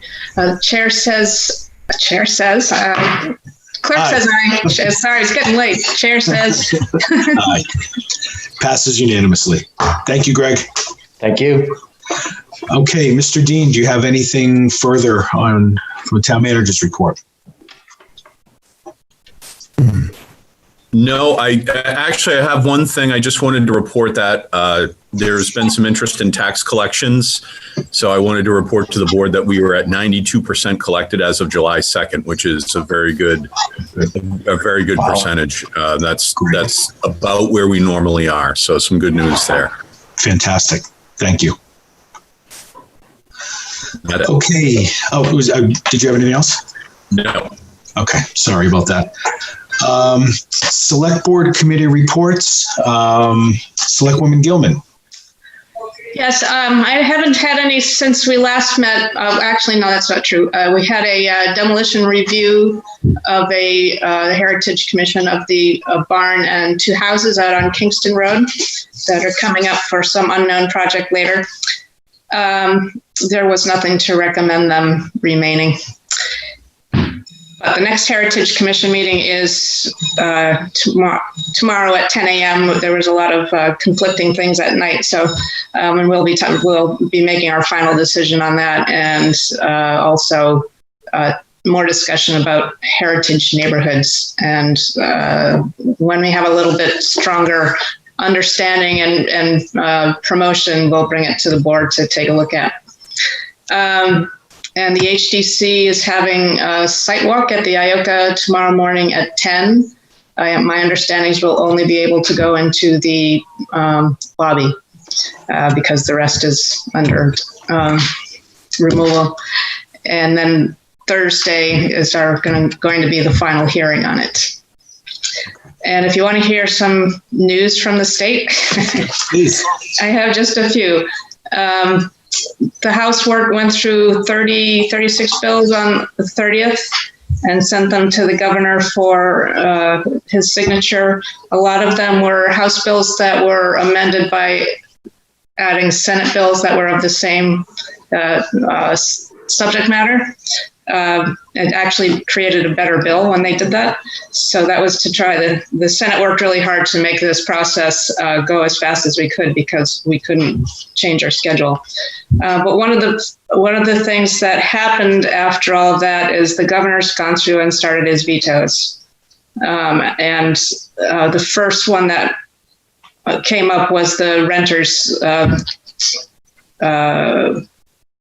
to let renters catch up gradually to if they become behind on their rent during this COVID time, during this pandemic. So that was disappointing. And the absentee voting bill got vetoed too. So our absentee voting ballot is still the same. You have to have that narrowly defined condition in order to, sign off that you're not going to be at the polls. And I think that's all I want to say for right now. Thank you. Thank you for the update, both town and state.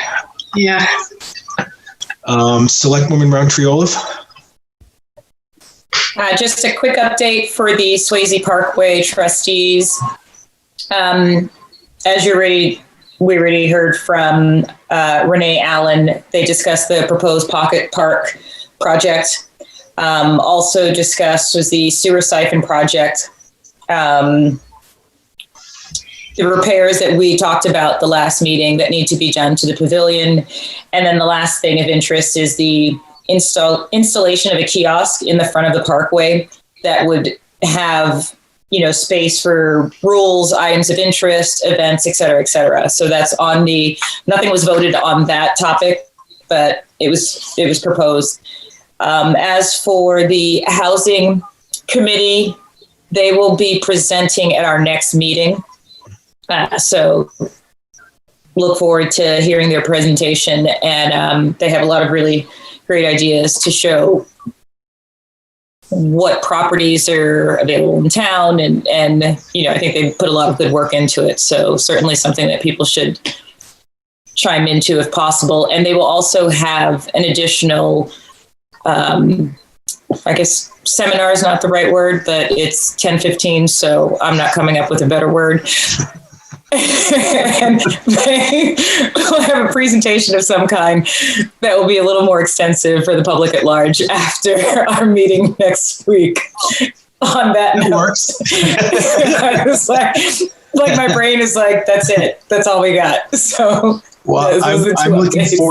I'm looking forward to seeing that. And unfortunately, we had to defer them to the next meeting because we had so much. That's right. It's not this coming meeting, but two sessions from now. It's July 27th. But I know Nancy had initially wanted it tonight, and we just had too much. Yeah, that was not going to be good. And it deserves the attention. So we'll look forward to that. But thank you for the updates. Selectman Brown. No committee reports. My communications meets tomorrow, and then facilities meets Thursday. Okay, great. Thank you. Selectwoman Cowan. We had planning board, but there was a problem with the case that came before us. The one lawyer wrote a letter to another lawyer, and the two parties decided that they were not going to appear. So we discussed how to better manage case flow. Okay. Thank you. Okay, moving along to correspondence. We have a couple of pieces of correspondence. Before we get into that, though, I just wanted to remind the board that we need to continue being cognizant of 91A and making sure that we don't reply to all, and that we don't do anything to violate, initiating a public meeting by a response. And that also applies to social media. I know that I myself, as how I am, my practices, I don't communicate town politics on social media. If somebody tags me on something, I will reach out to them privately, but I don't get into social media. That's just my preference. But I did notice that collectively, the five of us were tagged recently on a post, and fortunately, none of us replied to it. Because, Mr. Dean, correct me if I'm wrong, if all five of us are tagged on a social media post and one replies, that could constitute a violation of 91A, wouldn't it? I think it could. I think there's a possibility there with all five tagged. It's sort of a new thing. I don't think I've seen that before, but yeah, it would definitely create a concern that way.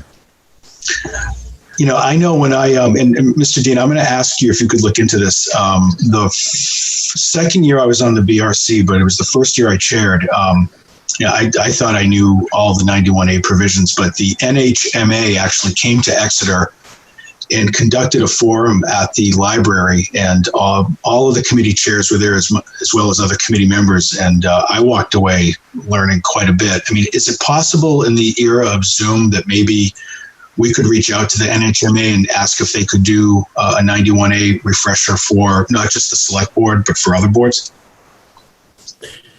Sure, we can do that. I know that they run webinars on a regular basis as well that people can take advantage of, but we'll look into that and see what services they might be offering these days. If you look into the webinars, I know the MMA records theirs and puts them on their website so people can go and watch them at their leisure. So if you hear of that, if you could let us know, that would be great. Okay. And Selectwoman Rontriola, if your hand is up. Yes, I just had a quick question, and newbie speaking. Sure.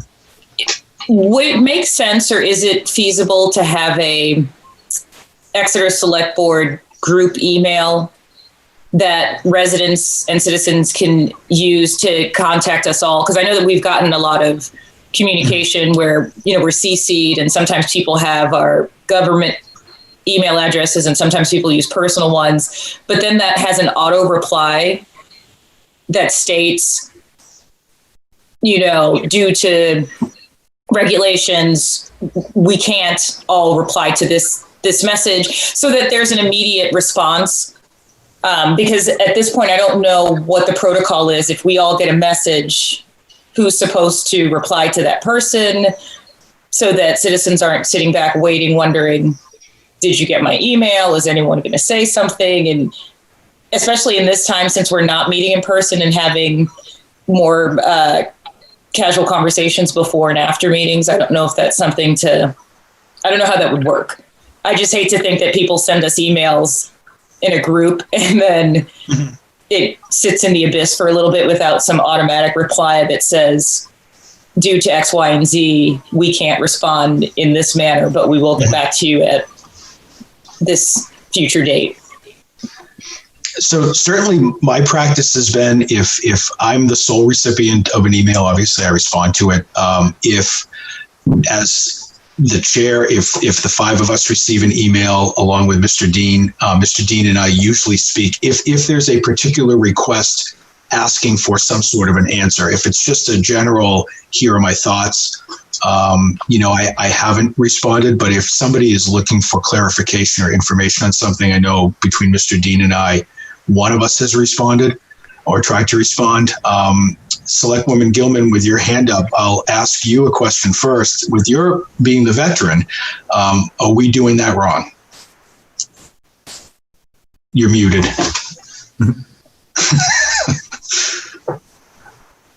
We've done it a couple different ways depending on the personalities that were on the board.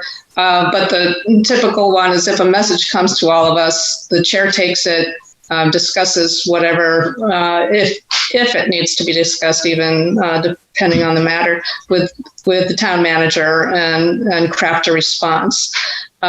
Some years, some chairmen have shared the response with all of us, and it goes into our packets as public documents. Some years, the chair just says, I took care of it, and does that in our reports, at the selectmen's reports at the end of the meeting.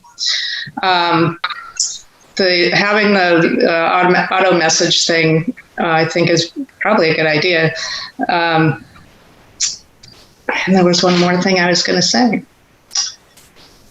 But it is the thing about the hashtags on Facebook or wherever that we're all being tagged in. That's a brand new thing. That's brand new territory. So I'd be interested in hearing what NHMA says, or we'll start with them since you're free-ish. So there isn't. We haven't chosen a strict protocol, but people should get answered.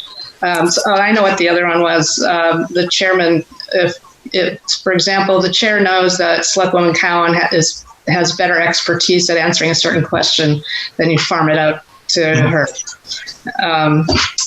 And the rest of us kind of have to wait for the answer to come. So if you don't hear from the chair, then you're off the hook. And I know that, in the couple of months that I've been sharing, if we've received correspondence that I felt needed to be on the agenda, we've just gone and put it on the agenda. For instance, we received a lot of correspondence from folks voicing their opinions on permitting events. So rather than try to respond to, however many emails, we put it on the agenda and invite invite folks for discussion. But to that end too, the other thing we need to recognize is that, email correspondence is a public record. But I just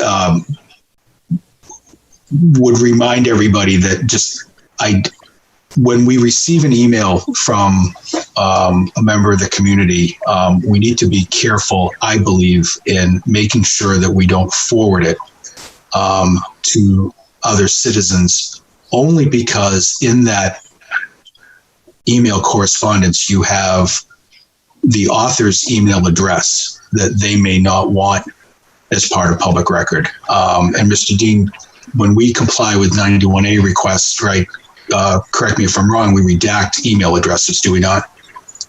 That was actually recent advice that we got from council, but we are doing it.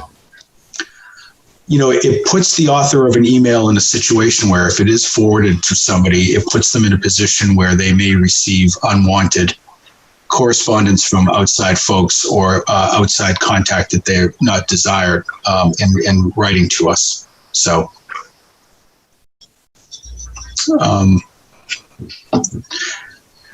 so if anybody has any questions or comments on correspondence, if not, we can move to the actual two pieces in our packet. The first of which is from, looks like Attorney Bradford Cook on behalf of his client who would like to make a donation of a tree, or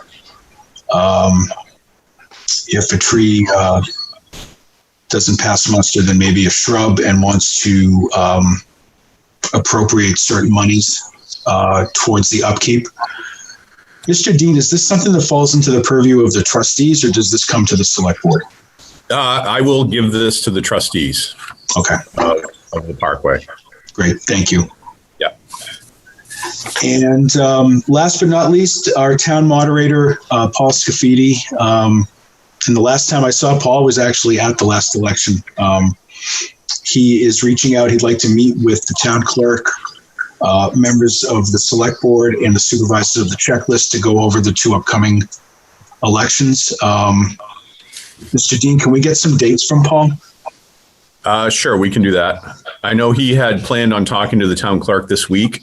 Okay. And then she is back from vacation. So as you note from his note, he'd like to meet at the town hall, just in a distanced fashion.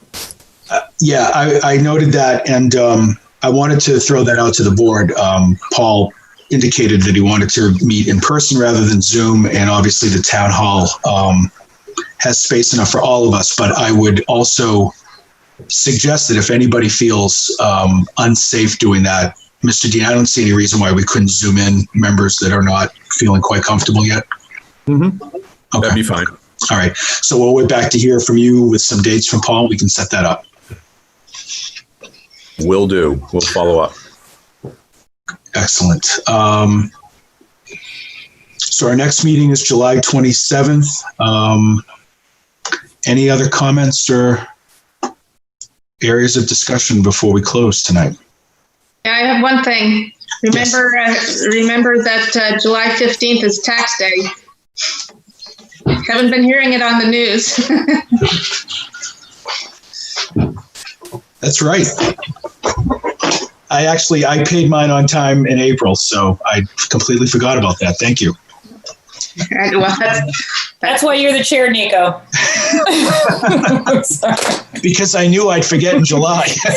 Exactly. All right. I'll entertain a motion to adjourn. So moved. Second. Yay. Madam Clerk. Selectwoman Cowan. Yeah. Selectwoman Roundtree-Olaf. Aye. Selectman Brown. Aye. Clerk says aye, Mr. Chair. Aye, we are adjourned. Good night, everybody. Thank you so much. Night. Breaking records.